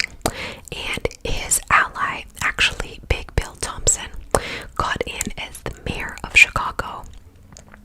So he really didn't have much to worry about. This was a very chill time to be Al Capone. Things were great. He'd spent his time at baseball games with his son, loved boxing, just wanted to have a good time. He was in this phase of being tired of being underappreciated as the public servant that he was to others, and wanted to get a nice getaway home.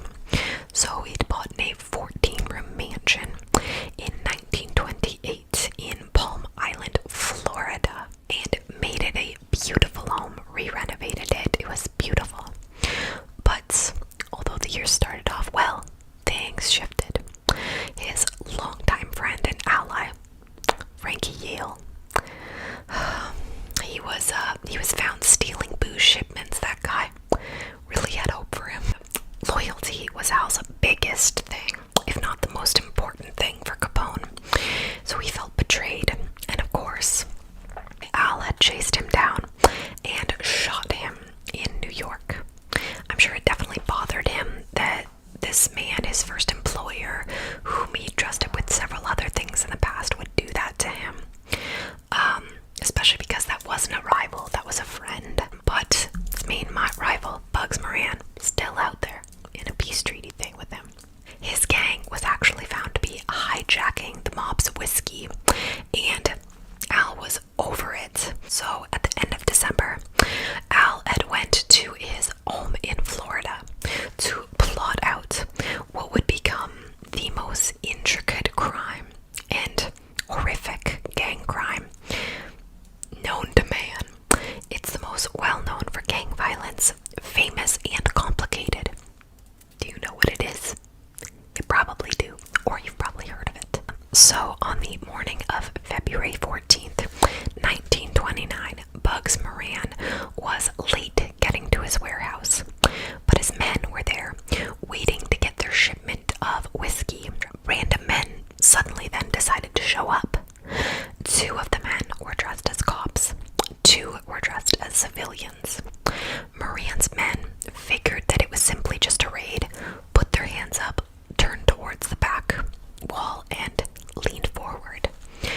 But they were instantly gunned down, and an investigation had taken place. Moran and many others pointed their fingers at Capone, but he had an airtight alibi. He was in Florida in a meeting with the district attorney of Miami, with no one willing to testify. The case was closed. They also have a theory that the last man to enter the room looked a lot like Bugs or was dressed like him. So the men started shooting and didn't realize that he wasn't actually there. So there was a total of 7 men that had died at what was then called the St. Valentine's Day Massacre. And the city, an entire country, was absolutely disgusted and furious. But it was not over. The massacre, yes, was the most graphic violence show ever yet, and the public were furious. Those who thought Al was a good guy were angry. They didn't trust him anymore. They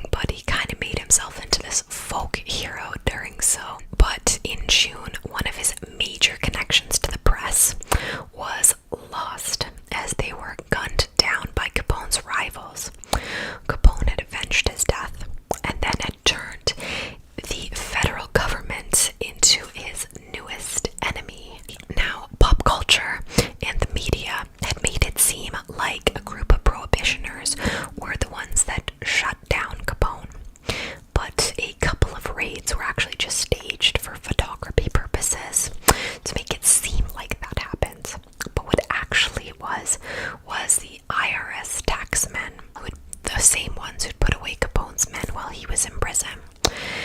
They were the ones who actually did all of the legwork and taken him down. But it was not easy. Legally, Al owned nothing, so they couldn't pin anything to him. His wife or mother owned almost everything. All of it was under their names, and he didn't keep any ledgers. But some of his bookkeepers from way back when did. Eventually, the IRS had discovered those ledgers, and once deciphered, they could track some of his codes from his old bookkeepers and turn them back on Capone.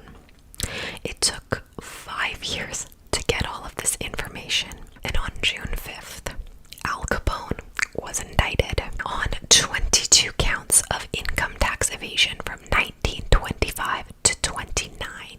Over $215,000 was owed to the government, and Al did everything he could to stop things from escalating, but it didn't work. Capone tried a plea bargain. Didn't work. And then he tried to pay off the jury, but the judge found out about this and then switched the jury members only moments before the trial had actually began. So not only did he have no defense, but he also didn't really have anyone on his side, with millions of Americans paying their taxes who were dealing with the Great Depression, dealing with having no money, all paying, and him not, this rich, wealthy man. There was zero sympathy for him. So Al didn't get gunned down. He didn't get thrown away for murder. It was him simply not paying his income taxes. That was what got him. And it really did get him. He was sentenced to 11 years behind bars, which is the stiffest sentencing for tax evasion to this date. And when he'd left the courtroom, he had looked at photographers, posed, and said, "Get enough, boys, you won't be seeing me for a while." He was sent to Chicago's Cook County Jail and then to federal prison in Atlanta.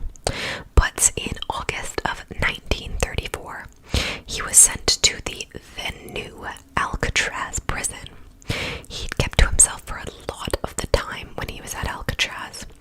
There was no pull he had. He didn't know anyone there. Couldn't really buy anyone off. And there he was just Big Al. It didn't matter that he was Scarface. It didn't matter who he was. He was simply a prisoner. And another prisoner in 1936 tried to kill him by stabbing him with a pair of scissors. But they did not succeed.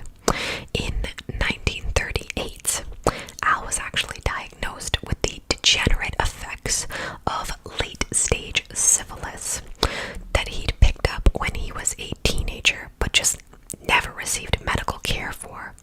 I'd heard from several different areas that he knew he had it, but didn't care. Other places he didn't know. Take that information for what you want. But he'd picked this up from one of his prostitute girlfriends way back in the day. So over time, it really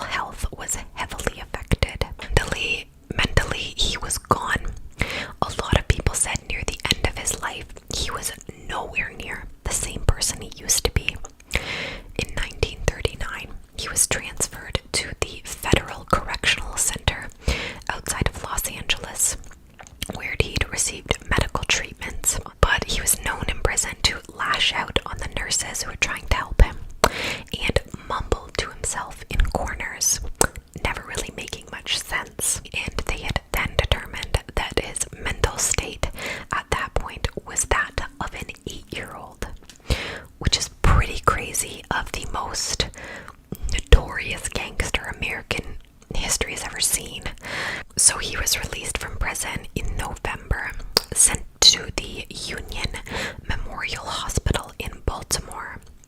He then went and lived out the remainder of his life in Florida, but the syphilis pretty much ate away at him. At age 48, on January 25th, 1947, Al Capone had then died of cardiac arrest and pneumonia, and he was taken back to Chicago to be buried. His funeral was massive, not surprisingly, and hundreds of people had showed up. Mob bosses, all of Al's former workers, even a couple of people that Al wasn't very fond of, but all to pay their respects because he was the largest mob kingpin ever. And there was no one, like I said before, that had altered the history of Chicago like he did. Yes, for the worse, but also he did do quite a few charitable things that helped others, I suppose. Opening soup kitchens, that type of thing. He tried to be there for people. I'm not saying he was a good guy, but he was a legend. Don't hate me for saying that. So we're basically done, but here's some random fun facts about him that I didn't have for timeline wise, so I didn't want to destroy the flow of the story, but I got 3 things for you. 1, he had a very weird hobby that I find very funny. It's his relationship with dairy products. One of his family members had actually died while drinking spoiled milk, and Al was so upset that he had actually extensively lobbied the Chicago City Council with his brother to pass a law requiring all milk bottles to have an expiration date, which is good. That's a good thing that who knew that came from Al Capone, pretty weird. But that's not where his relationship with dairy ends. No, he was also invested in dairy, letting his brother-in-law partially run his, I'm assuming, farm. And he was so invested in it that his brother was called Bottles as a nickname, as they owned a lot of cattle. Fun fact number 2, he'd accidentally shot himself once while golfing with other gangsters, members of the mob. He was drunk and reached into his golf bag to get a club. Now, these men do not travel anywhere without weapons. So when he reached in, he had grabbed a gun and shot himself. He was then rushed to the hospital and tried to brush it off like nothing happened. He went under an alias name while he was in the hospital, trying not to draw attention to himself because he was embarrassed that he was so clumsy. Fair enough. And 3rd, this one is not confirmed like the others were, but it's interesting. The city of Moose Jaw, Saskatchewan. Yes, I know, Canada has weird names for cities and things. It has remnants of what appear to be secret passages and chambers that have been found adjoining the cellars to more than one old downtown building in Moose Jaw. No one knows for certain who built them or why. However, there are rumors that have been circulating for generations that the tunnels were started by the Chinese railway workers around 1908, after several members of their group were attacked and killed at the CPR yards. The Chinese moved underground and potentially, this is all folklore, I don't know, lived there for years. So again, not a fact. That's just how people think that it may have came to be. However, regardless of how it came to be, later during the Prohibition, bootleggers did take over that network of passages. Some stories even claim that Al Capone was a frequent visitor to the city, going about his secret business under the streets of Moose Jaw, which is pretty neat. Probably bringing alcohol from Canada to the States. Very neat. So I know that video was long. I hope you guys don't mind when I do longer videos like this. I don't know if you like it. Leave a comment if you do. I don't know. But that was the life and true crimes of the one and only Al Capone.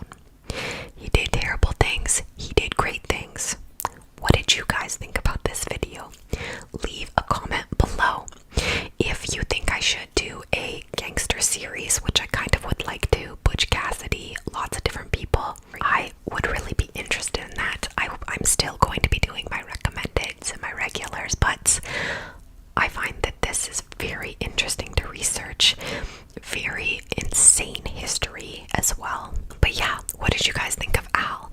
Have you known a lot of those things? I didn't know much. It's pretty sad that all he really wanted was to be seen as a good guy.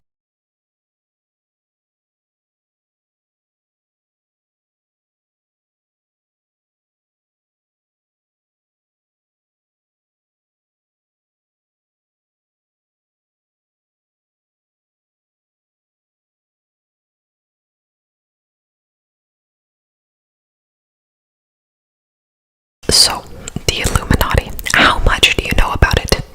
Well, let me tell you. It all started in 1776 by a Adam Weishaupt, a German philosopher, professor of civil law, and later canon law, who was inspired by the ideals of French philosophy, of secularism, and rational thought. He wanted to share and work with others that shared his similar viewpoints. The Freemasons, if you've heard of them, are a secret society that often people relate to the Illuminati, occult activities, etc., etc. But the Freemasons and Freemasonry believed in a higher power, strong brotherhood bonds, in a place where you're not supposed to speak of religious views, politics, but there's been splits and disagreements on that. Freemasons actually did divide for a bit. Some allow religious talk, some allow political talk. It is kind of one or the other. It branched into a lot of different things. But basically, if you're a part of the Freemasons and participating in Freemasonry, it's kind of like school. You have to know exactly where to stand. You have to obey some pretty strict rules, talk to your elders, know when to speak, when not to speak. And the ceremonies to this current day are based on the myth of King Solomon's temple. But we're not going there, because no. People thought that they were trying to take over the world, but this is the factual point in the video, so we won't be going there yet. If you are a Freemason, there's even degrees that you need to go through in order to attend certain meetings, to have certain titles, that type of thing. But anyway, what does this have to do with Adam? Clearly they have the same mind frame as him. He would love to be a part of a group like that, but he couldn't afford the admissions fee. So instead, he decided to form his own secret society. He ended up calling it the Order of the Illuminati. So if you couldn't afford to be a Freemason, hey, come on down, join the Illuminati. Which I actually find funny, because now if you go onto those hoax websites to become an Illuminati member, you have to pay a certain fee and stuff. Nuh-uh, you're not following in Adam's footsteps here. He would not have appreciated that if you made it so that people couldn't afford it. So the Illuminati set their goals in an anti-religious stance, which for back then, not a great idea. It was very uncommon.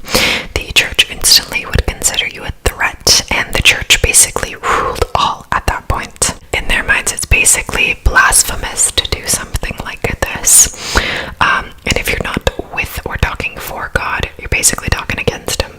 But either way, the Illuminati was formed as a secret society that had focused on self-knowledge, improvement, social reform, free thought, and enlightenment. The actual characteristics of the society was a network of spies, kind of, and counter spies. So each initiative member would report back to their superiors in the group and kind of tattle on other people in the neighborhood, each other. Kind of reminds me of Scientology a bit. And they referred to their writings and their rituals as pure masonry, and expanded the organization. At their height, there was between 650 to 2,500 members, which is a good leap considering they'd started with maybe 7 or 8 guys. Which, by the way, we just hit 5,000 guys. Families growing. We're bigger than the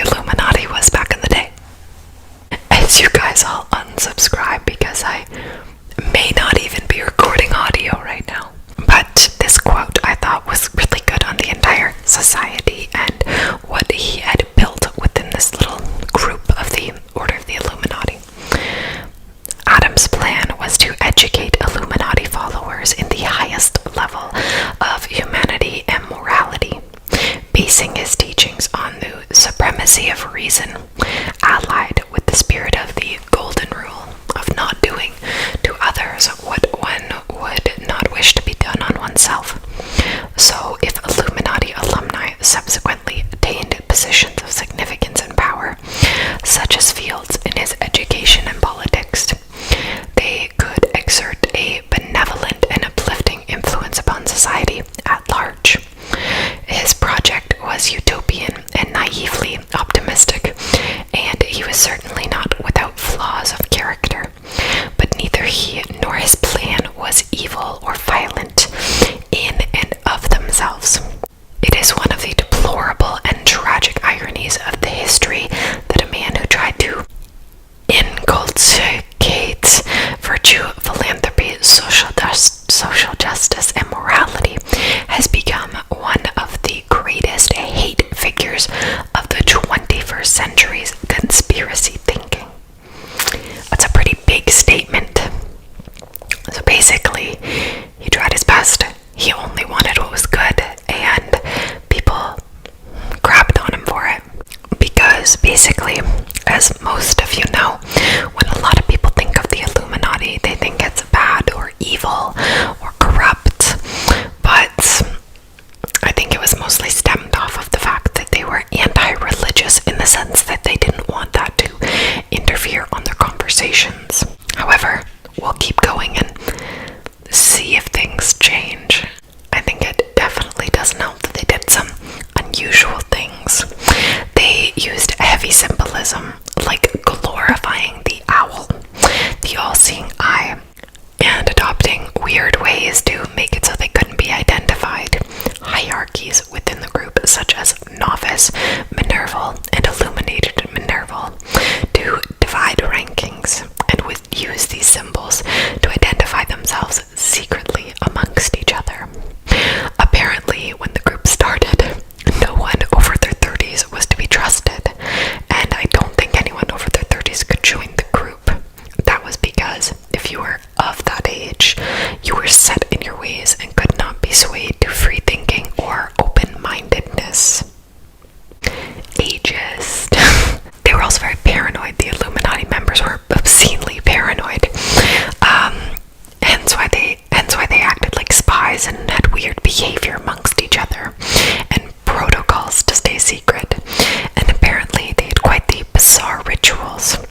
But they did also heavily promote enlightenment.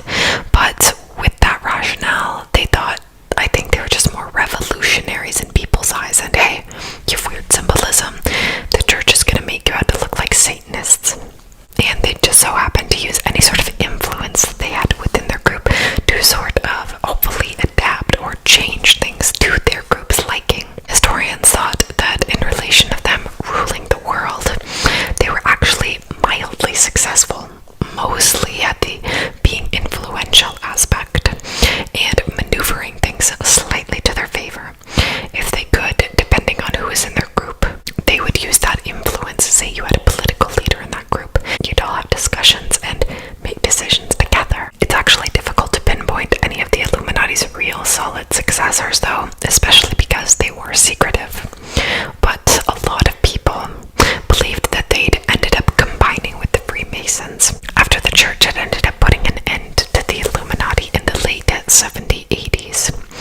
The recruiting of secret societies was criminalized then, but as secret societies do, they continued their meetings, extra secret style, and ended up spreading into France and then ultimately disappearing. Apparently, when secret societies were banned and punishments were instituted, most of the groups that were secret either disbanded or became more public and less so secretive and exclusive. But for those people who were Illuminati members and maybe weren't too secretive about it, they did have to release documents from their group's meetings. And one of the members who had their documents taken and made public did have quite a few things of their aspirations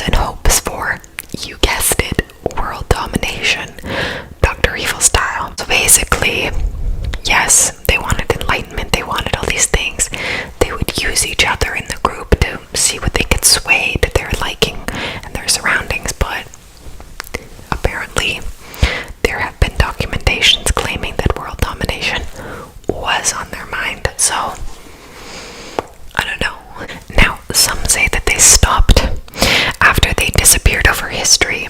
Some they say that they continued their work. Others say maybe some people just picked up where they left off. But what's kind of funny is in the 1920s, fascists thought that the Illuminati was a group of Jewish people. And after World War II, people thought that the Illuminati were a bunch of communists. So no one knew if they were around, who it was. If so, it was all fear-based things and rumors.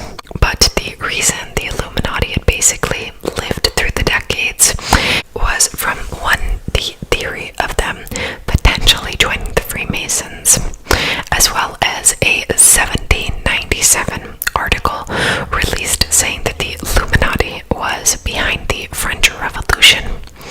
But it was actually most likely George Washington's letter addressing the Illuminati threat that was sent out in 1798 that really just kept the myths going. You know, you really couldn't get the Illuminati over the ages, just kept being spoken of. In a panic caused by the anti-Illuminati books and sermons, Thomas Jefferson was accused of being a member of the group, but this is probably again just a rumor mill thing. Now, conspiracy theories have always been very popular in the United States, but for centuries, the Illuminati at least were way less feared than the Freemasons. But the Freemasons remained a focal point for paranoia in America, because the Illuminati recruited many members throughout Europe through the Freemasons' lodges. The two groups are often really confused with each other, hence why I'd made that disclaimer at the beginning of this video saying, hey, Illuminati, just a bunch of poor guys that can't get into the Freemasons. Also, the theories that they collaborated or combined doesn't really help distinguish them from themselves as well. It just muds up the confusion even more so. To some degree, though, the Freemason and Illuminati paranoia grew out of the Freemasons' influence in the United States. Many founding fathers were members, and some key American symbols have been derived from the Freemasons. There is strong argument that the floating eye on the dollar bill, the eye of Providence above a pyramid, comes from Freemasonry. However, there's also argument that this was meant as a Christian symbol. The only thing we know for certain is it has nothing to do with the Illuminati, the Freemasons, or Christianity. That early Freemason paranoia can help us understand the conspiracy theories about the Illuminati today. People will use the term Illuminati to determine anything that they don't like or anything that challenges their values. Probably a part of the Illuminati, probably just someone from the Illuminati. Yep, people do that. People do that, especially if it's creepy stuff that you don't agree with. 1,000,000%. So anyway, here was the building blocks of the very real Illuminati, Freemasonry, that type of thing. Some fact, others that are, again, old school gossip. Like, you don't really have anything sound off of a secret society from years ago. So the Illuminati, they disappeared. Rumor mill-wise, at least for quite some time. People either stopped caring, focusing on a war or what was really going on in the world. But it was when, in the mid-1970s, that the Illuminati made their comeback through a trilogy book series that gave them the secret society's spooky images that we're all familiar with today. It was a fantasy trilogy using real history that got things back on the radar for the Illuminati, and more so what we know of today, as well as the then later and massively popular novel Angels and Demons, where the Illuminati group is heavily interlinked with Satanism, alien myths, crazy stuff. And for a while, there was fears this group was back, like bigger than ever now. They've had so much time to, who knows what they've been doing. Ooh, the unknown. The stories are now really eccentric and insane. But what's funny is, in a recent poll, when people were asked about the Illuminati years and years ago, people had all said there may be a possibility they could be a thing. But once lizard people started coming into the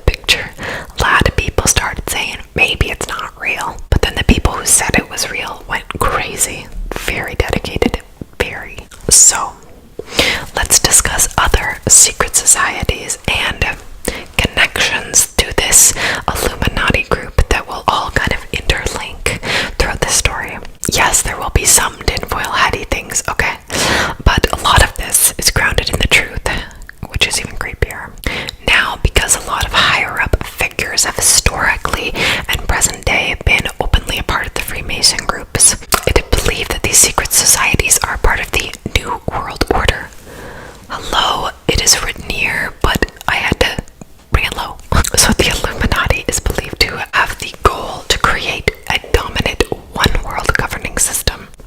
The belief of this new world order and people's fear behind it extends from a large range of things, but it's odd when you have presidents incorporating this into their speeches.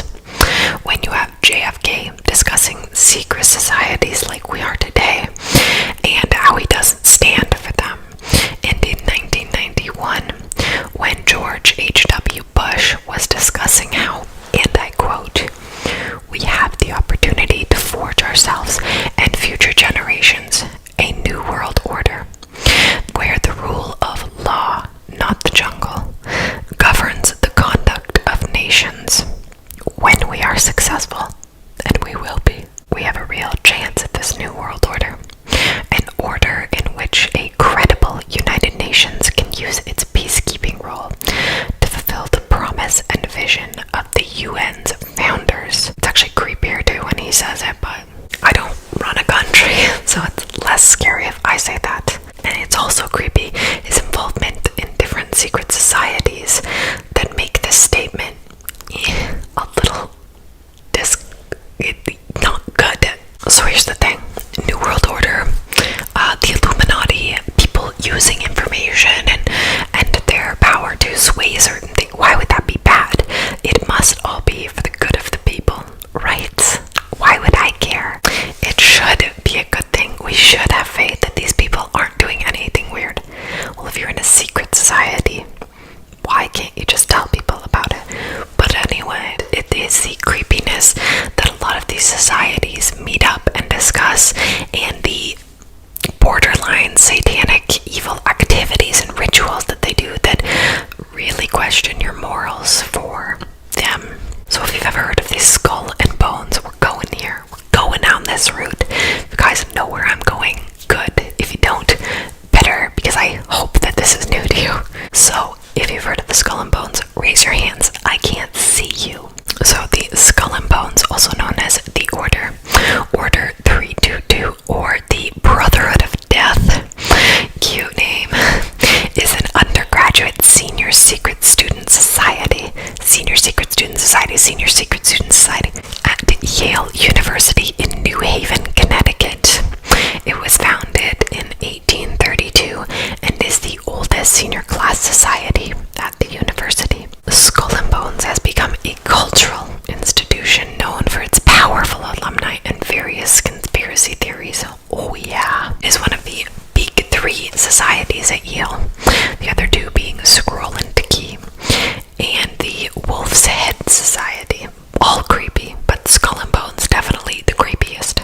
A lot of people associated with their membership always say things like, "I can't talk about that.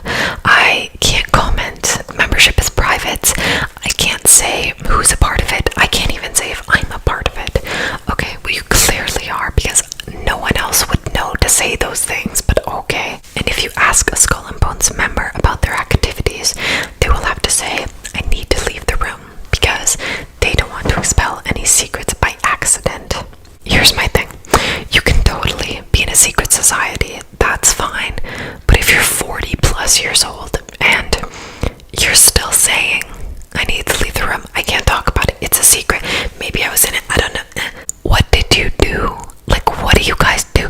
You should have a fake, you should do what Scientologists say. Leah Remini literally says that they do this thing where if you question them, even if it's the truth, they'll laugh it off and say, "That's crazy, no way. Yeah, I didn't know, it's all about this," like whatever. Why can't the Skull and Bones people just be like, "Oh yeah, we were just young kids having a time, just silly stuff." Honestly, it's embarrassing. Like, why are you still taking it seriously? You did something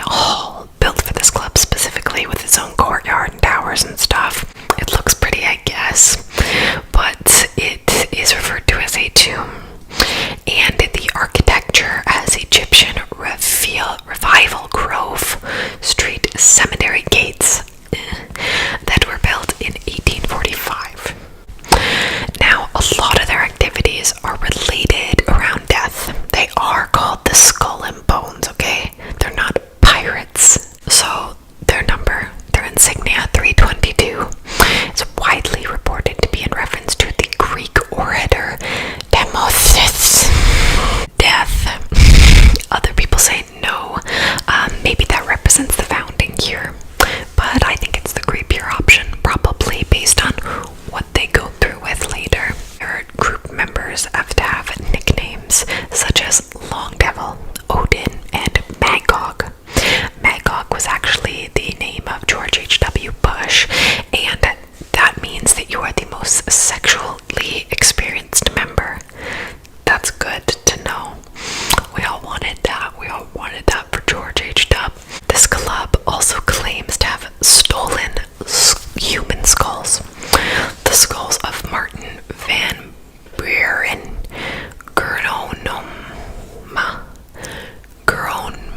Gronmo, and Pancho Villa. Weird. Now, this group had so many elite members, the secret society. George H.W. Bush, who actually talked about it in an interview and then said, whoops, can't tell you about that. Can't wait till he's senile. But also John Kerry, former U.S. Secretary of State and former U.S. Senator. Stephen A. Schwartzman, founder of the Blackstone Group. Austin Goolsbee, chairman of Barack Obama's council. Harold Stanley, co-founder of Morgan Stanley. Frederick W. Smith, FedEx founder. And all of these people were reported to be members. CIA people, lots and lots of people who ended up doing high-ranking stuff. And the thing is when you have all these people in a group that are loyal to each other well past their college years in high-ranking positions, who are all willing to look out for each other, that is very much what the Illuminati kind of wanted to do.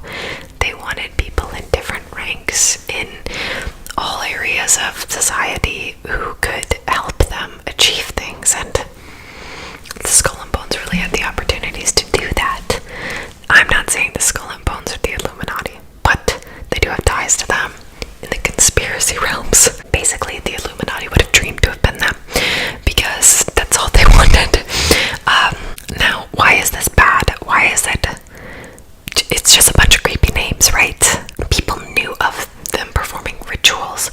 They didn't know exactly what they did. It was all just hearsay. But a couple documents were released by, I don't know, just like a passing member about the Skull and Bones that people were so annoyed about. Saying things like, after tap night, if one could climb to the tower of Weir Hall, the odd castle that overlooks the Bones courtyard, one could hear strange cries and moans coming from the bowels of the tomb. I just got very creeped out reading that. And the Skull and Bones performing rituals, again, just juicy gossip, until an art student had been performing this art piece where they were recording the Yale courtyard all hours of the day and the night. I think they were doing some sort of time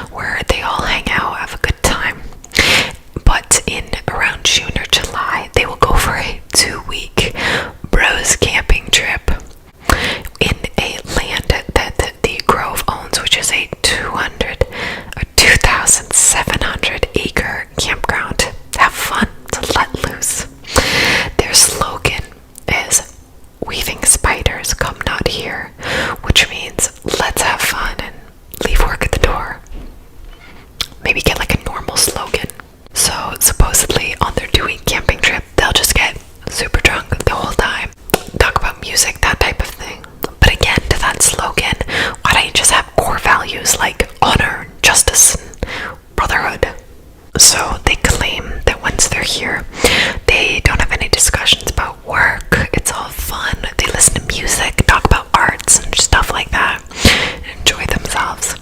And there's nothing wrong with doing that. But one of their summer trips, they supposedly had a Manhattan Project planning meeting held there in September of 1942. And that meeting led to the creation of the atomic bomb. Like, I've never been in the woods drinking with buddies, talking about art and music and theater shit, and been like, you know what would be sick? And then spent 2 weeks talking about creating like the most destructive thing on the planet. That's weird. But no, just for passion of music, theaters. Well, they do have weird theater show passions, and so I'll tell you. The security to get into this Bohemian Grove massive area is insane. People have tried sneaking in over the years due to suspicions, and no one got in until Alex Jones got in. Now, if you don't know who he is, he's kind of insane. At least now he is, but back then, he was a radio and television host based in Austin, Texas, known for exposing the global elite, aka basically trying to hunt down the New World Order people. It was his thing. So Alex Jones and Mike Hansen infiltrated the camp. They actually got in. They'd brought cameras. For some reason, people were like, they can come in. So they'd actually recorded what the members refer to as the cremation of care, which, here's what that ceremony is, okay? Just remember though, Illuminati, Skull and Bones, all liked very similar symbolism. Skull and Bones and the Illuminati loved the owl. And guess what you see at the site of the Bohemian Grove? Members wearing red hooded cloaked costumes, tiki torches, a coffin effigy they call care, placed before the creepiest 40-foot owl in the middle of the woods that's like on fire. The spokesperson says it's a traditional musical drama celebrity of celebration of summer and nature. I've also celebrated summer, and I didn't have to burn a coffin for it, but okay. Men blackout drunk peeing in bushes. I don't know why they have to suddenly whip out a stick figure, a straw figure of a body, a person, and burn it, and burn the coffin to sacrifice it. It's like literally what they do in this video. YouTube it. You'll be like, what? Grown men in cloaks getting drunk in the woods. Fine. Maybe even the cloaks are okay. I don't know. If you love an Harry Potter. But witnessing someone chanting on a megaphone and talking about sacrificing things, that's really weird. It seems like all of these secret societies, their activities, rituals are obsessed with the occult, witchcraft, and very much seen as satanic. I've never been to a church where anything like that has happened before. I've been to several different types of religious churches, places, whatever, and they didn't do anything like that. But it seems like where the Illuminati started versus where it seems to have grown just got progressively more and more dark. Now, that's a lot of background I gave you guys because I feel like a lot of Illuminati conspiracies get really watered down by stupid conspiracies. I like those too, but I just think that this is the real thick of it. This is things that people have shown videos of, have proven more so of, and not videos like close-ups of Miley Cyrus's eyes blinking, like no, things that they'd performed and such. I believe that these things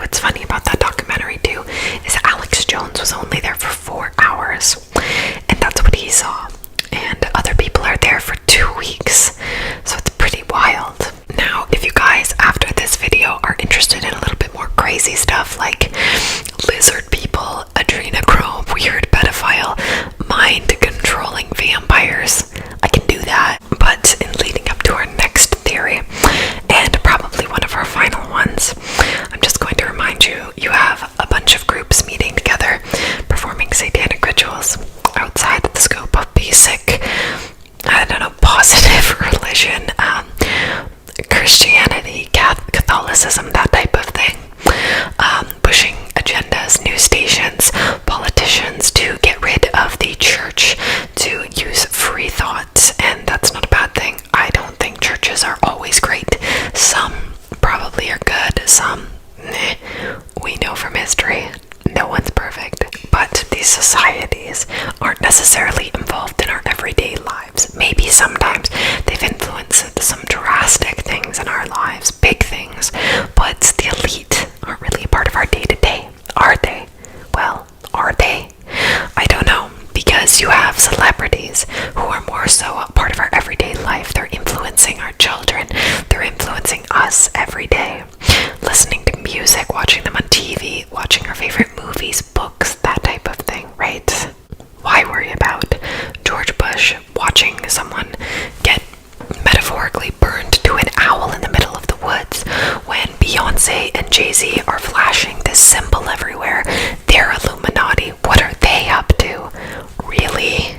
So, this is kind of where we go into fame and puppetry, as you would call it. We're not doing clones, but the interesting rituals that celebrities partake in as well. But not only that, how they are distractions from the secret society groups that do get people recording video footage of them posted online,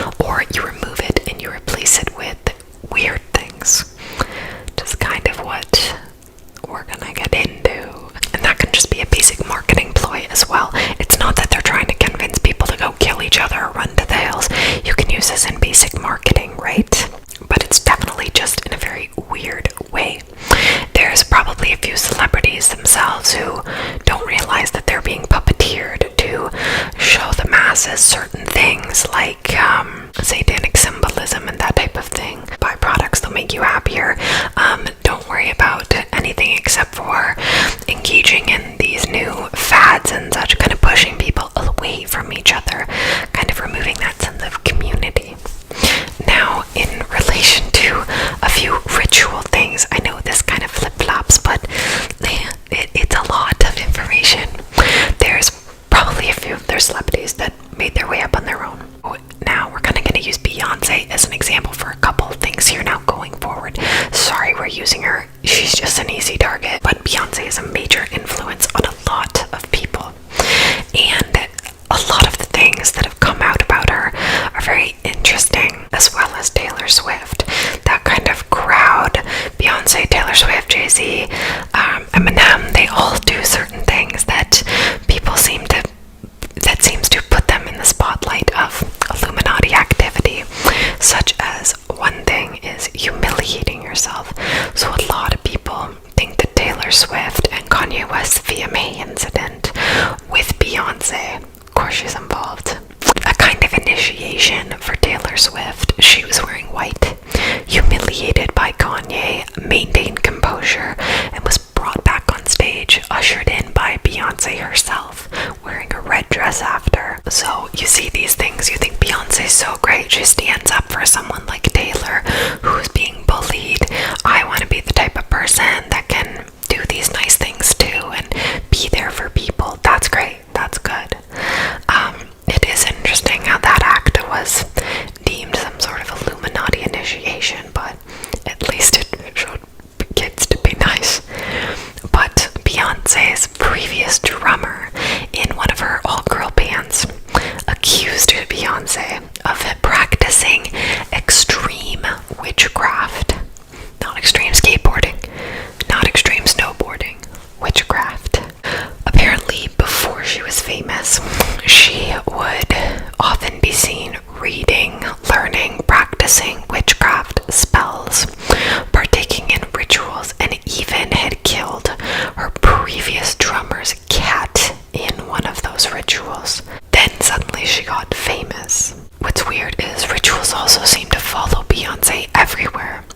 As we know from the past and truth portions of this video, rituals aren't far off and are what some of the elite take in, so not far off from the beating path. It did progressively get worse over time with these rituals, and I mean, Beyonce isn't spirit cooking here, okay? But apparently her alter ego, Sasha Fierce, that's what we've all heard of, is not called Sasha. I forget its name, but it is actually a demon that she has reportedly summoned using witchcraft ways before her shows, and then the demon will perform for her. In interviews, Beyonce herself, when people ask how she does certain things on stage, how she gets the courage and such, she always says things like, I don't even remember that show. I honestly don't know who that is on stage. I see that person performing and it's not me. That's not who I am. But yeah, so people think that that's her potentially not remembering, because that was not her doing those activities on stage. That was the demon. That is an extreme example. But a lot of these do go from zero to lizard people in a second. So I was trying to push it out in a good way. May have been confusing for a bit. But basically, you have Beyonce, who influences so many people, also being accused of some crazy things, especially the drummer thing. Extreme witchcraft, that's a bit much.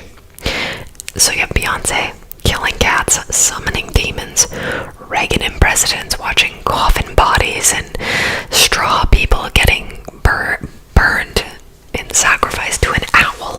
I mean, if that is how things progressively went on in time, why wouldn't some celebrities try it, I guess? So I have a theory. Those cloning videos where you see people fading in and out and need to be reprogrammed, either that's severe burnout because they're exhausted, and you know, celebrities always have to have this on persona all the time, or they're fading in and out from the rituals that they may be having to perform. They're not used to being in the driver's seat all the time. Now, to be fair, when you are famous, extremely weird theories come up all the time. That's kind of why I didn't go too far down the Ozzy Osbourne crazy train here.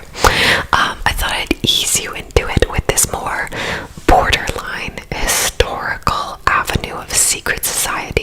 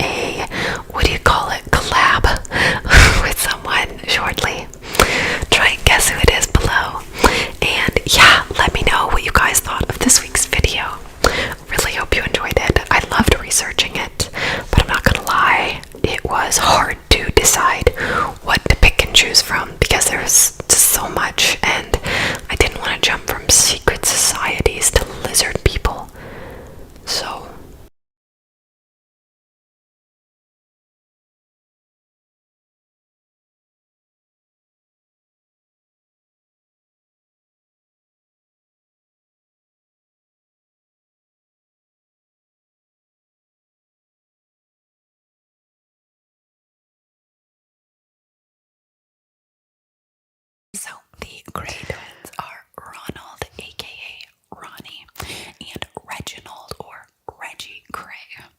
They were both born, obviously, on October 24th in 1933 in Haggerston, East London. I love London. Yeah, Always it's wanted to go. true. I see, like, you're already really getting into it, eh? Just, I mean, you just interact. relax. You don't need to make side comments You constantly. make notes all the time on your videos. But You do? anyway, Constant. yeah, I've seen her in just editing. Just drink gin. It's endless. So She they cuts were it so both much. born to Charles David Kray, who was a wardrobe dealer, and Violet Ann Lee. The brothers, twins obviously, were 10 minutes apart, just like us. with Reggie being born before Ronnie. So their parents already had a 6-year-old son at the time named Charles James and a sister named Violet who had died as an infant.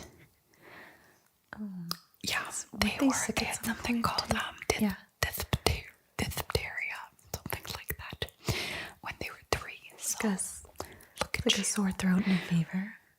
Yeah, exactly. Kind of like thrush. I know. Maybe not. I'm just so I good. don't know. No. Your portion is coming soon, so like Okay, again.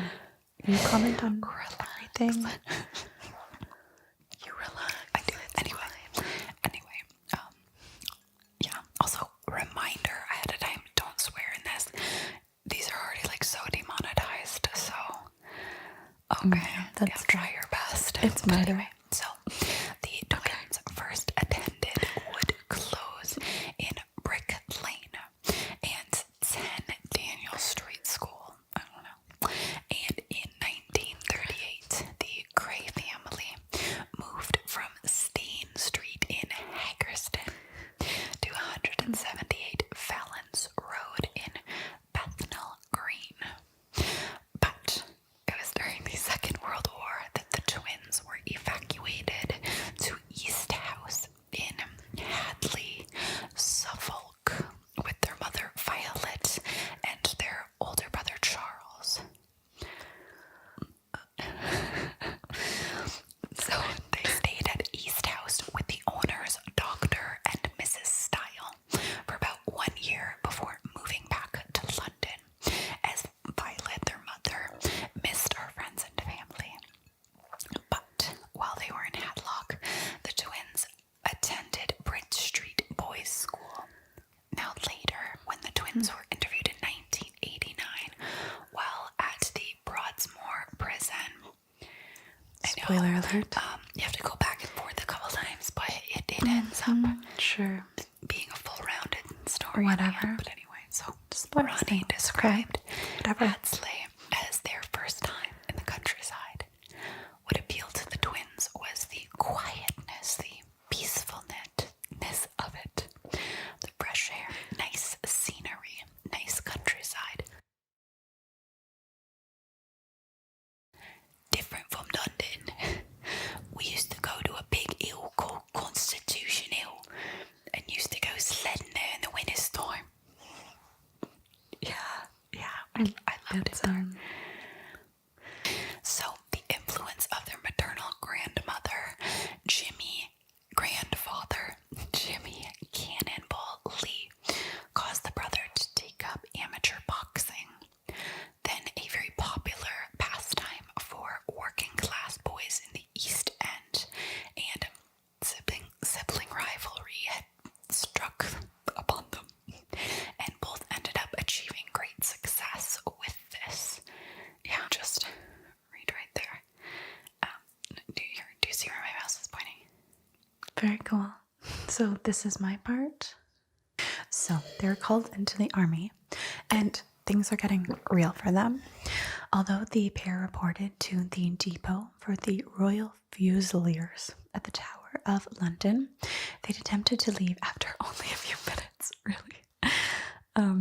Just weren't having it. Funny. So they tried to leave, and the corporal in charge tried to stop them. He was suddenly then very seriously injured by Ronnie Kray, who punched him in the jaw.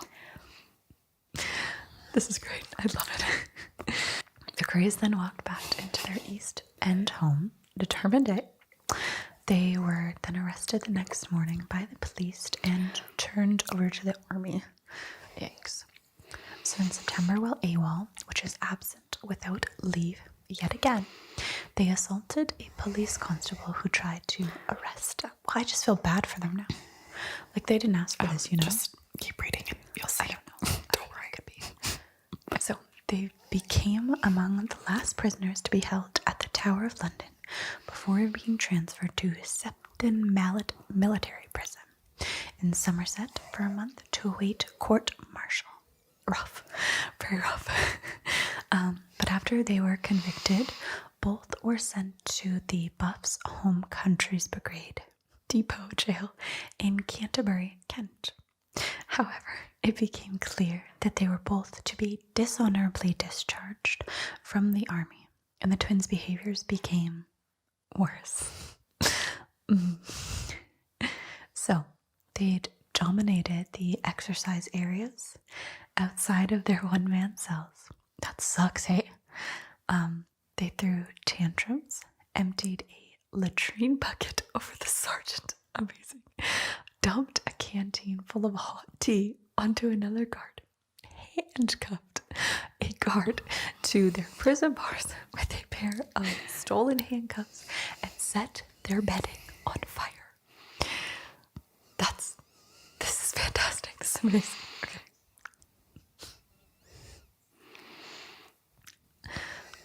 I love this. Okay, this is great. They're badass. Okay. So they eventually moved to a communal cell, okay, where they'd assaulted their guard with a vase and escaped after being quickly recaptured.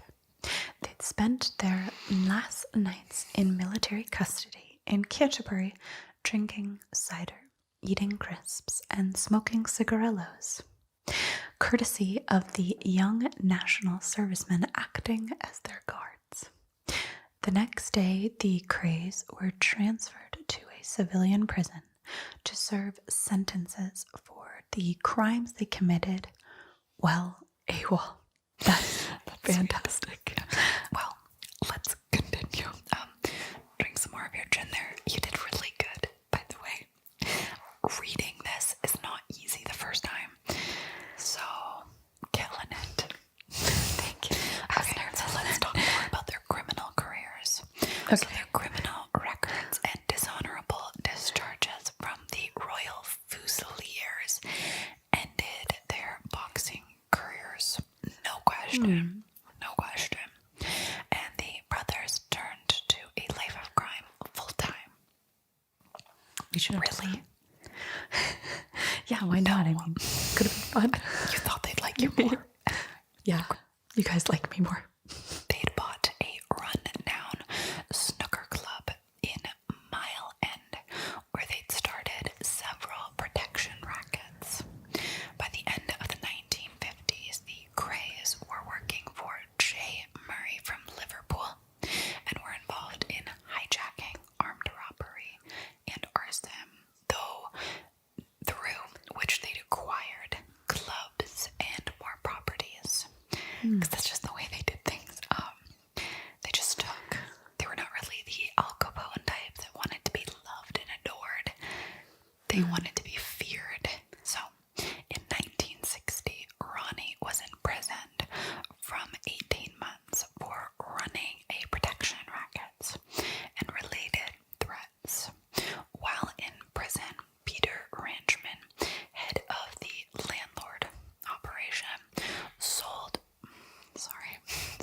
Reggie a nightclub called Esmeralda's Barn to warn off threats of further extortion.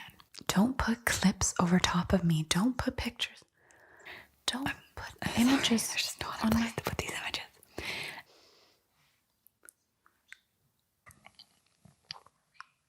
The location is now where the Barclay Hotel stands, which is pretty cool. I don't need pictures to make it more interesting. So this increased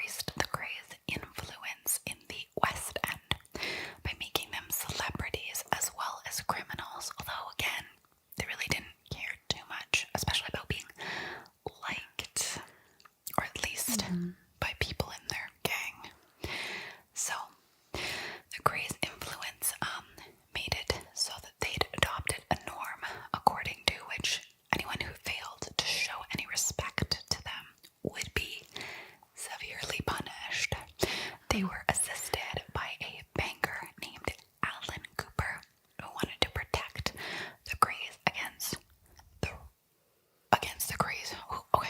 Who wanted protection against the Krays' rivals, the Richardsons, based in South London. And again, the Krays were so violent towards any and everyone to get that respect from people, and it worked. People feared them, people respected them, they did not mess with them. So, in the 1960s, the Kray brothers were widely seen as prosperous and charming celebrity nightclub owners, and incredibly violent if you knew them better. But they were a huge part of the swing in London scene. A large part of their fame was due to their non-criminal activities as popular figures on the celebrity circuit, which is very awesome.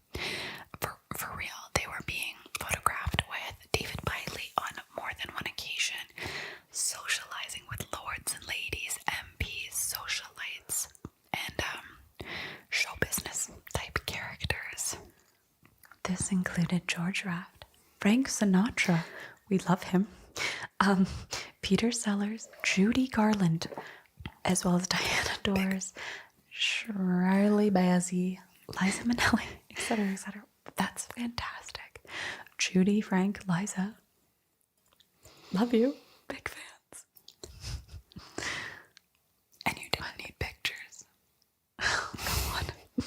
Well, I lied. So, Ronnie Kray wrote in his biography called My Story that these were the best years of their lives. They called them the swingin' 60s. The Beatles and the Rolling Stones were the rulers of pop music. Carnaby Street ruled the fashion world, and him and his brother ruled London. They were untouchable. I'm getting into this. I don't know why I was so hesitant. I have the best time. It's great. If you guys haven't already, what do you say? Subscribe, because this is a lot. Yeah, it's fun. It's a blast. Anyway, a lot of work and information. But anyway, so the Krays came into more public attention in July of 1964, when an expose in the tabloid newspaper Sunday Mirror insinuated that Ronnie had conceived a sexual relationship with Lord Boothby, a conservative politician. Okay, here it comes. Two dirty boys are finally coming out. So, at the time, same-sex relations between men was a criminal offense. In the UK, really? Okay. Old days. I guess weird times. And although no names are printed in the piece, the twins threatened journalists involved. Yes. Boothby threatened to sue the newspaper with the help of Labour Party leader Harold Wilson's solicitor, Arnold Goodman. Wilson wanted to protect the reputation of Labour MP Tom Dryburgh, a relatively open gay man at the time, known to associate with both Boothby and Ronnie Kray. Just weeks ahead of a pending general election, which Labour was hoping to win. Now, honestly, no disrespect, but this is getting political. I told you, I warned you. Like, I put everything into these, so boring and not. They need to know the whole tale. Okay. I know. So, in the face of this, the newspapers backed down, sacking its editor and even printing an apology and paying Boothby £40,000 in out-of-court settlements. So, because of this, other newspapers were unwilling to expose the Krays' connections and criminal activities. Fair. Smart of them, honestly. Like, just waste your time. Don't bother. So much later, Channel 4, however, established the truth of these allegations and released a documentary on the subject called The Gangster and the Pervert Peer. It came out in 2009, so again, much later into the future stuff. Yeah. The brothers had gotten away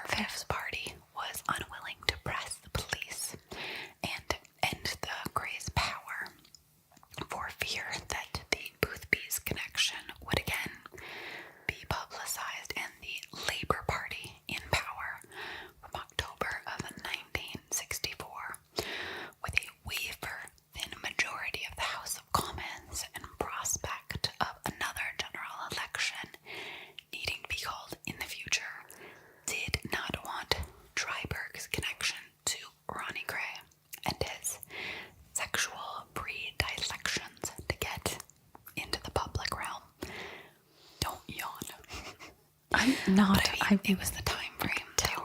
Things were weird then. Yeah. Again, I'm only reading the marks. It's boring, so be grateful. Okay, whatever. But Thank I'm you. not only reading the boring parts, so. Your channel. Okay. Whatever. So, on March 9th in 1966, Ronnie Kray, I thought I wasn't recording, I almost fainted. Oh God. Whitechapel ended up shooting and killing George Cornell, a member of the Richardson Gang, a rival of the South London Gang. The day before, there had been a shootout at Mr. Smith's nightclub in Catford that involved the Richardson Gang and Richard Hart, who was an associate of the Krays, whom was shot dead. So Ronnie said nope to that and basically held a public shootout. This had led to an arrest of almost all of the Richardson Gang. So great for the Kray Twins, but Cornell, by chance, was not present at the club during this shootout and not arrested. So after visiting the hospital to check up on his friends, he randomly made the worst decision he could have ever made and went to visit the Blind Beggar's Pub, which is only a mile away from where the Krays lived. So Ronnie at the time was drinking at another club close by when someone tipped him off that Cornell was near. So him and his driver, Scotch Jack, John Dixon, and his assistant Ian Barry got rallied up. Ronnie and Barry went into the pub, walked straight up to Cornell, and no shame, shot him in the back of the head in the middle of a pub, in the middle of the public. Amazing. Ridiculous. These men are. What I find funny is this part. I was reading ahead, so I was stealing it. So Barry's his assistant, was confused by what happened. So he fired 5 shots in the air as a warning to the public to not report what happened to the police. I don't know how that's convincing. Like, hey, here's some traumatic thing to witness and experience. What? Pop, pop, like, didn't say anything. I don't understand. That's amazing. Anyway, at the time of this killing, Ronnie was actually suffering from paranoid schizophrenia. Which we know a lot about. Yes. Her sibling was diagnosed with the exact same thing. They're all aware of that. Good. Yeah, I've talked about it a few times. So, according to some sources, Ronnie had killed Cornell because Cornell referred to him as a fat poof, which is a derogatory term for gay men. Yeah. Fat Poof is in the Elton John movie.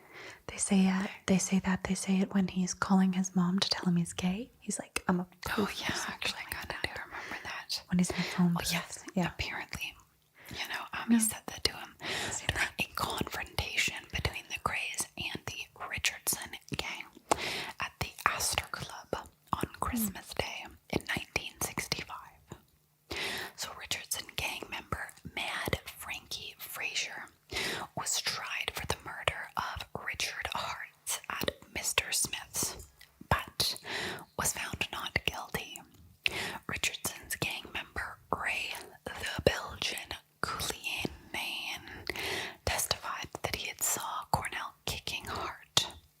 Witnesses, of course, would not cooperate with the police in the murder case due to intimidation, and the trial ended inconclusively without pointing to any suspects in particular. So, pretty wild. Pretty wild. I think. Yeah. Well, it's my turn now. So, on December 12th, it's a great time of year, by the way, in 1966, the Krays helped Frank Mitchell, the Mad Axeman, escape from Dartmoor Prison. Ronnie specifically had befriended Mitchell while they served time together in Wandsworth Prison. Mitchell felt that the authorities should review the case for his parole. So Ronnie thought that he would do him a favor by getting him out of Dartmoor, highlighting his case in the media and forcing the authorities to act. Once Mitchell was out of Dartmoor, the Krays had held him at a friend's flat in Barking Road, Eastham. He was a large man with a mental disorder, and he was difficult to control. He'd ended up disappearing, but the Krays were later acquitted for the murder. Freddie Foreman, a friend of the Krays, claimed in his autobiography, Respect, that he actually Mitchell dead as the favor to the twins. It's written weird. And disposed of his body at sea. So they sprung him from the joint, but just killed him because he was that messed up. They wanted to help him and then they couldn't. I guess so. That's the thing with some of these cases. You honestly don't get as much detail about certain things that you'd like, especially gangster stories. It's so big. I know. And if they're older cases too, it's even worse. So rough. Leave a comment below if you know what happened, or you know why Frank Mitchell was so uncontrollable. But anyway, the Krays' criminal activity had kept going, and they'd remained hidden behind both their celebrity status and seemingly legitimate businesses. They were established businessmen, and their gang had been established a long time, and they were referred to as the firm gangsters. Yes. The firm gang, whatever. But although legitimate businessmen, these glamorous covers made it easy for trouble to loom in the shadows, and Ronnie's schizophrenia soon would make things complicated and really haunt him over the years. But honestly, Reggie was just as bad. yeah, I mean, he was. Okay, he was. In 1965, Reggie had married a woman named Frances Shea. That's nice. But the relationship was tumultuous and allegedly involved Reggie attempting to rape his wife's brother. What? Allegedly. I thought he was straight. I thought Ronnie was gay, but not Reggie. It says allegedly. We will never know. I guess. But that's a bold claim to rape her. Okay. Yeah. So Ronnie was known as the Queen Mother in London's gay underworld. He was gay, but Reggie allegedly had bisexual tendencies. So that's kind of a little bit of clarification there. So, yes. So, fair enough. But I guess his wife, he just may have tried to do something with her brother, may not have. As stated before, he was just as unstable as his brother. He actually knew that his wife, this is just another example of how unstable he was, but he knew that his wife was afraid of blood, for example. And very afraid. And because of this, decided to cut his hand open and bleed all over her as she slept, because he is an insane person. I know. Yeah. Apparently Pearson, whom had wrote an in-depth book called Legend of the Brothers, refers to this time of Reggie's life and relationship as a dark episode of domestic violence. The film would have you believe that Reggie beat and raped his wife, but there's actually little proof to none of physical abuse, based on that his wife insisted Reggie was never violent with her when they were together. But regardless, the marriage quickly fell apart, and she'd actually battled with mental illness herself for a long time and had attempted to end her life several times. She actually later committed suicide in 1967, which is pretty intense. It was 2 years after their marriage. And there's two perspectives of Shay, by the way. One, that she was this sweet, fragile victim, timid, shy, possibly in this abusive relationship. We don't know. But the other side is that she was not a victim. She stood up to anyone who had tried to take her down. Even outshined celebrities at the club, loved attention, loved the limelight. And she was a Kray Twins wife, so she was a big, big fan of drugs and alcohol.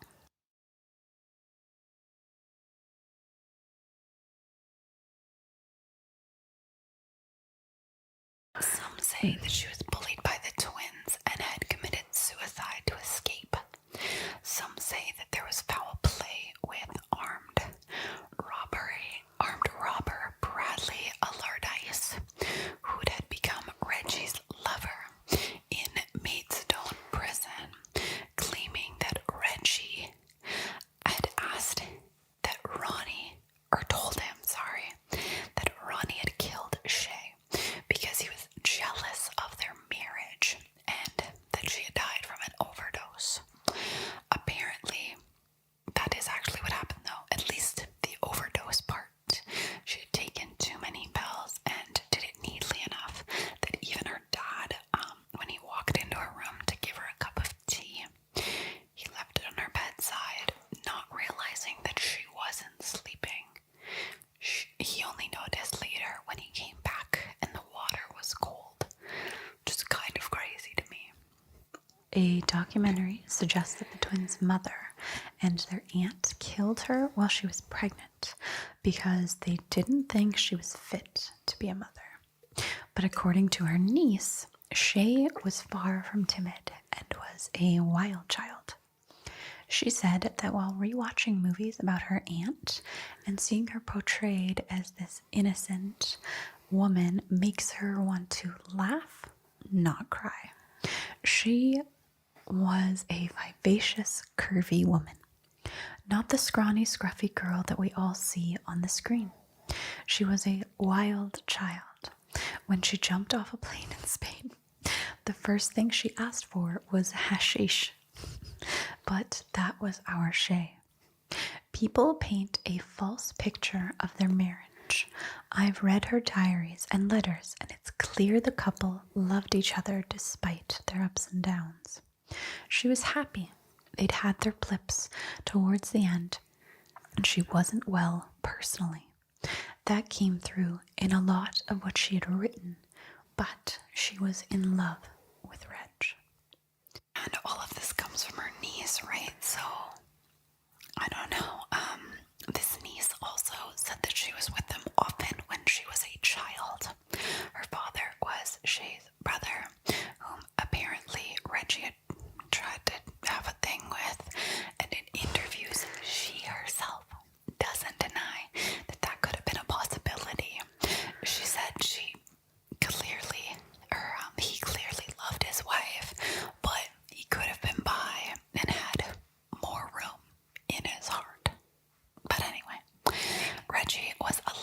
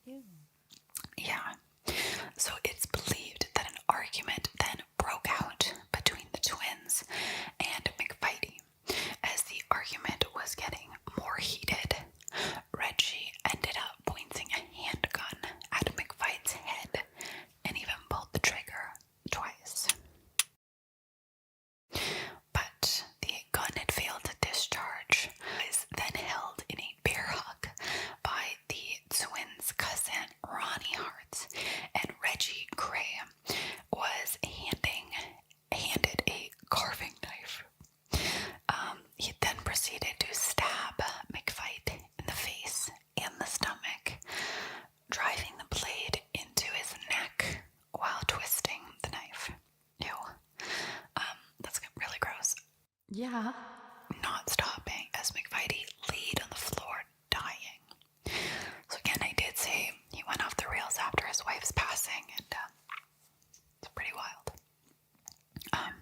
So at this moment, Reggie had committed a very public murder against someone who many of the members of the firm did not feel deserved to die. So drama. In an interview in 2000, shortly after Reggie's death, Freddie Foreman revealed that McVitie had a reputation for leaving carnage behind him due to his habitual consumption of drugs and heavy drinking, and his having threatened to harm the twins and their family. Tony and Chris Lambriano and Ronnie Bender helped clear up the evidence of this crime and attempted to assist in the disposal of the body, with McVitie's body being too big to fit in the boot of the car. The body was wrapped in an eiderdown and put in the back seat of a car. Tony drove the car with the body, and Chris and Bender followed behind. Crossing the Blackwall Tunnel, Chris lost Tony's car and spent up to 15 minutes looking around Rotherhithe area. They eventually found Tony outside St. Mary's Church, where he had ran out of fuel, with McVitie's body still inside the car. Wow, that's a lot. That is a lot. So with no alternatives but to dump the corpse in the churchyard, they'd attempted to plant a gang south of the River Thames. The body was left in the car, and the three gangsters then returned home. So Bender went on the phone with Charlie Kray, informing them that it had all been dealt with. However, upon finding out where they had left the corpse, the twins were livid and desperately phoned Foreman, who was running the pub in Southwark, to see if he could dispose of the body. So with dawn breaking, Foreman found the car, broke into it, and drove the body to New Haven, where the help of a traveler man. This event started turning many people against the Krays, which is a big deal, and some were prepared to actually even testify to Scotland Yard as to what had happened, mostly because they feared that what happened to McVitie, or whatever his name is, could easily then happen to them, right? I believe it. I'd be in that mindset too. Yeah. Okay, now it's your turn. Okay. So, Detective Chief Superintendent Leonard Nipper Reid of Scotland Yard was promoted to the murder squad, and his first assignment was to bring down the Kray Twins. Good luck. But it was not his first involvement with them. During the first half of 1964, Reid had been investigating their activities, but publicity and official denials of Ron's relationship with Boothby made the evidence that he collected useless. Reid went after the twins with renewed activity in 1967, but frequently came up against the East End wall of silence, which discouraged anyone from providing information to the police. They were represented in court by Nimone Lethbridge. I get why, too. I wouldn't want to be the one person to testify because I'd be dead after. So, nevertheless, by the end of 1967, Reid had built up enough evidence against the Krays. Witness statements incriminated them, as did other evidence, but none of them made a convincing case on any one charge. Earlier in 1968, the Krays employed Alan Bruce Cooper, who sent Paul Elvey to Glasgow to buy explosives for a car bomb. Elvey was the radio engineer who put Radio Such on air in 1964, which is later and now renamed Radio City. After police detained him in Scotland, he'd confessed to being involved in 3 murder attempts. The evidence was weakened by Cooper, who claimed that he was an agent for the U.S. Treasury Department, investigating links between the American Mafia and the Kray gang. The botched murders were his attempt to put the blame on the Krays. Cooper was being employed as a source by one of Reed's superior officers, and Reed tried using him as a trap for the Krays, but they avoided him. Eventually, Scotland Yard decided to arrest the Krays on the evidence already collected, in the hopes that other witnesses would be forthcoming once the Krays were in custody. On the 8th of May, 1968, the Krays and 15 other members of the firm were arrested. Exceptional circumstances were put in place to stop any possible cooperation between any of the accused. Nipper Red then secretly interviewed each of the arrested and offered each member of the firm a deal. If they testified against the other, they'd get the deal. Whilst in prison, the Krays had come up with a plan, which included having Scotch Jack Dixon to confess to the murder of Cornell, Ronnie Hart to take the McFight murder, and Albert Donahue to stand for Mitchell. So Donahue told the twins directly that he wasn't prepared to be cajoled, the word I used here, into pleading guilty, which they were furious about, obviously. Fair enough. Then informed Reed via his mother that he was ready to cooperate. Reed had set up another secret interview, and Donahue was the first to tell the police everything that he knew.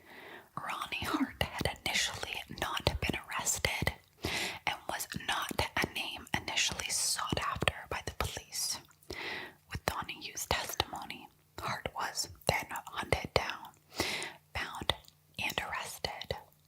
Offering the same terms as the others arrested, Hart then told Reed everything that had happened during McFight's murder.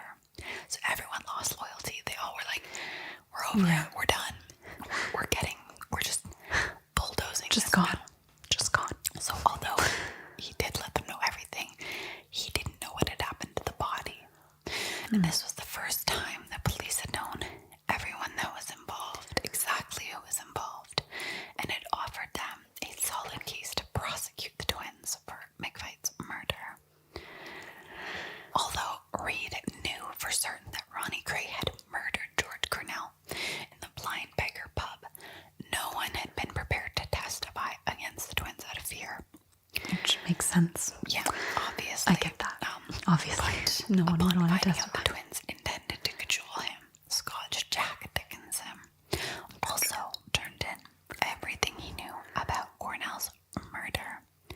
Although he was not an actual witness to the murder, but an accessory, having driven Ronnie Kray and Ian Barry to the pub. The police still needed an actual witness to the murder, however.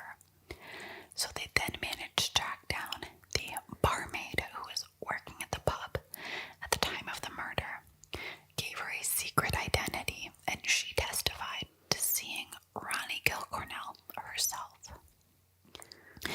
So Frank Mitchell's escape and disappearance were much harder to obtain evidence for, since the majority of those arrested were not involved with his planned escape and disappearance, so a little harder. Reed decided to proceed with the case and have a separate trial for Mitchell once the twins had been convicted.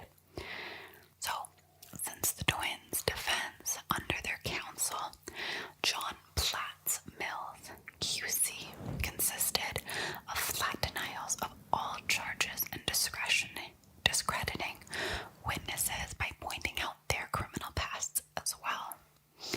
Just as Melford Stevenson had said to this,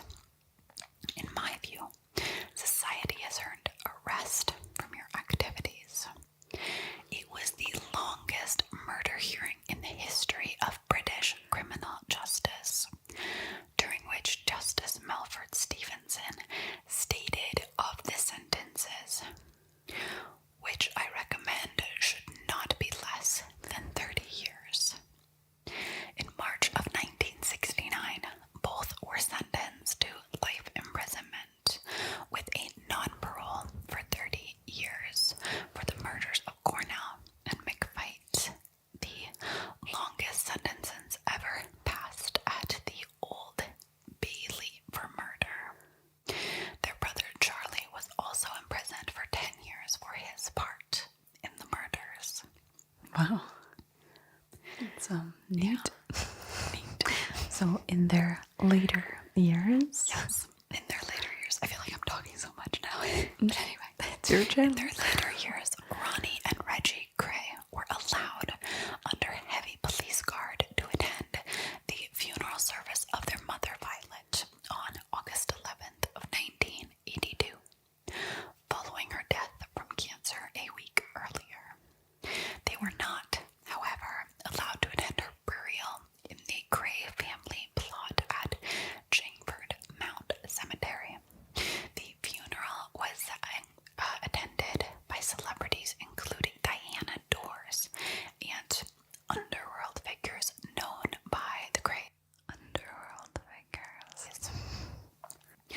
To avoid the publicity that had surrounded their mother's funeral, the twins did not ask permission to attend their father's funeral in March of '83. So Ronnie Kray was a Category A prisoner. He'd denied almost all liberties and was not allowed to mix with other prisoners. He was eventually certified insane, his paranoid schizophrenia being tempered with constant medications, and in 1979 he was committed and lived the remainder of his life in Broadmoor Hospital in Crowthorne, Berkshire. Reggie Kray, constantly being refused parole, was locked up in Maidstone Prison for 8 years, Category B. In '97, he was transferred to Category C, Wayland Prison in Norfolk. So, it was in 1985, officials at Broadmoor Hospital had discovered a business card of Ronnie's that led to evidence that the twins from separate institutions were operating Kray Enterprises, which is a lucrative bodyguard and protection service for those in Hollywood, together with their older brother Charlie and an accomplice at large. Among other celebrity clients, there was Frank Sinatra, who hired 18 bodyguards from Kray Enterprise on his visit to the 1985 Wimbledon Championships. And documents released under Freedom of Information laws revealed that although officials were concerned about this operation, they believed that there was no legal basis to shut it down. Yeah. I mean, I get that. I sprinkled a lot of this stuff already into the story, what you're about to hear, but here's some formalized versions in case I missed anything crazy. So Ronnie wrote a book called My Story and a comment to writer Robin McGibbon on the Kray tapes. Ronnie states, "I'm bisexual, not gay, bisexual." In the 1960s, he also planned to marry a woman named Monica, whom he had dated for nearly 3 years, calling her the most beautiful woman he'd ever seen. This is mentioned in Reggie's book, The Born Fighter. Also, extracts are mentioned in Ron's own book, My Story, and in Kate Kray's book, Sordid Murder, Madness, and Marriage, as well as Free at Last. Ronnie was arrested before that he had the chance to marry Monica, and although she married his ex-boyfriend, yeah, I'm reading that right, okay. She married his ex-boyfriend, 59 letters sent to her between May and December 1968, when he was still in prison, show that Ronnie still had feelings for her, and his love for her was very clear. He referred to her as my little angel and my little doll. She also still had feelings for Ronnie, and these letters were actually auctioned off in 2010. A letter that Ronnie sent to his mother, Violet, from prison in 1968 also refers to Monica. If they let me see Monica and put me with Reg, I could not ask for more. He went on to say, with many spelling mistakes, by the way, Monica is the only girl I have liked in my life. She is lovely. Terrible spelling. Little person, as you know. When you see her, tell her that I am in love. It's Luve. With her, more than ever. Ronnie subsequently married twice, marrying Elaine Mildner in 1985 at Broadmoor Chapel before the couple had divorced in 1989. Following which he married Kate Howard, whom he divorced in 94. Kate lived for a number of years in Headcorn, Kent, in Forge Lane. In an interview with author John Pearson, Ronnie indicated that he identified with the 19th century soldier Gordon of Cardome. Gordon was like me, homosexual, and he met his death like a man. When it's time for me to go, I hope I do the same. Okay. Sure. Go off. And then there's Reggie. So Reggie married Frances Shea in 1965, which we know died by suicide 2 years later.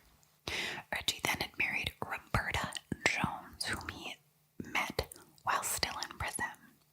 She was helping to publicize a film he was making about Ronnie, whom had died in the hospital 2 years earlier.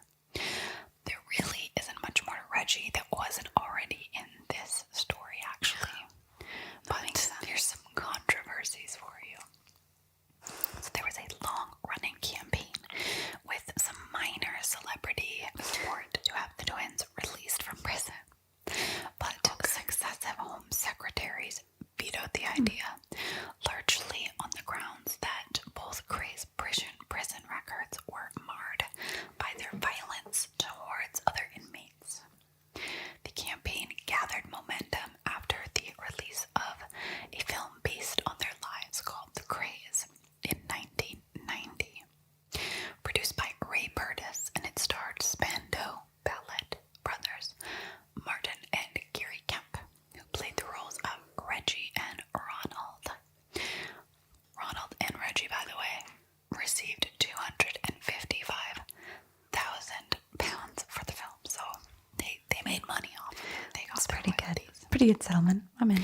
Reggie had wrote, I seem to walk a double path most of my life.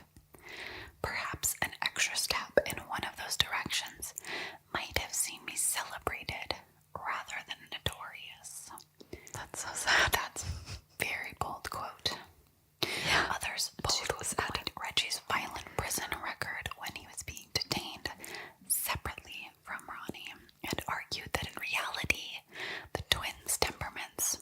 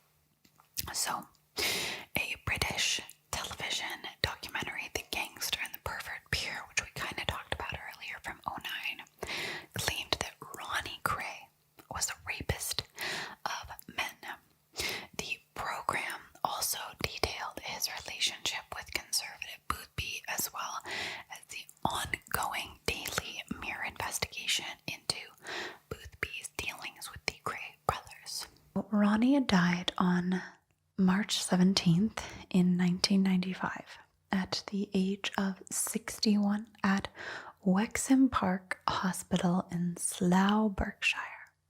He had suffered of a heart attack at Broadmoor Hospital 2 days earlier.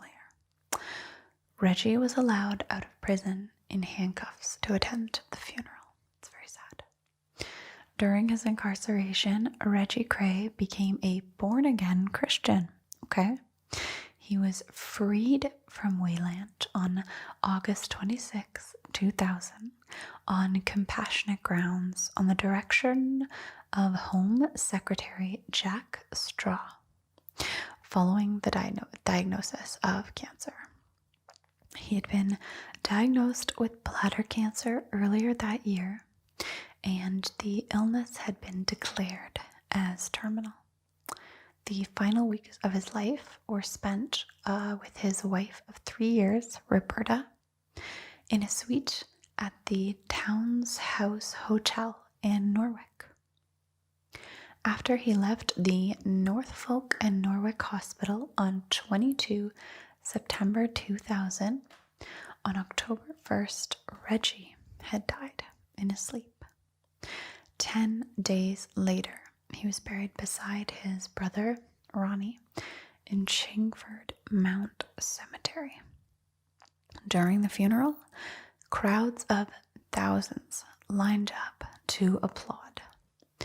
Ronnie and Reggie's older brother, Charlie Kray, was released from prison in 1975 after serving 7 years of his 10-year sentence for his role in their gangland crimes. Charlie was sentenced to 12 years imprisonment in 1997 for conspiracy to smuggle cocaine in an undercover drug sting. He actually died in prison of natural causes on April 4th, 2000. He was 72 when he'd passed, and with Reggie allowed out of prison to attend his brother's funeral. That was a lot. Thank you so much for bringing me on here today. No, thank you. Honestly, the reason I was very hesitant in the beginning especially is because there is a story that was not put in the script that I was so confused and weirded out by that she would ask me to come here.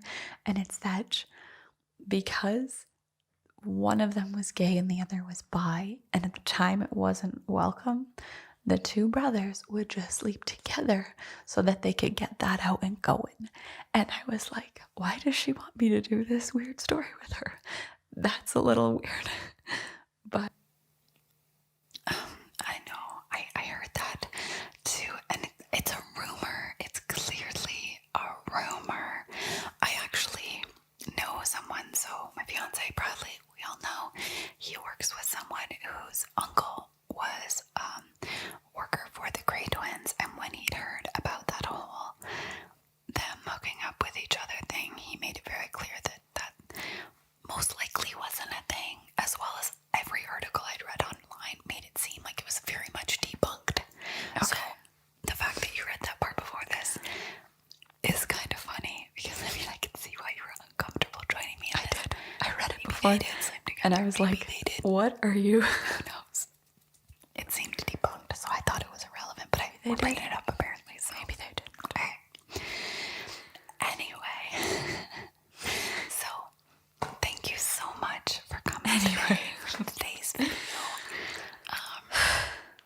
Honestly, everybody give a big thumbs up for Angelica coming in, for Al being here. I hope it wasn't. And it's a lot to do, and it's weird if you've never whispered into a mic for over an hour, so thank you so much for coming. I hope you had fun. I had fun. My voice hurts. Subscribe.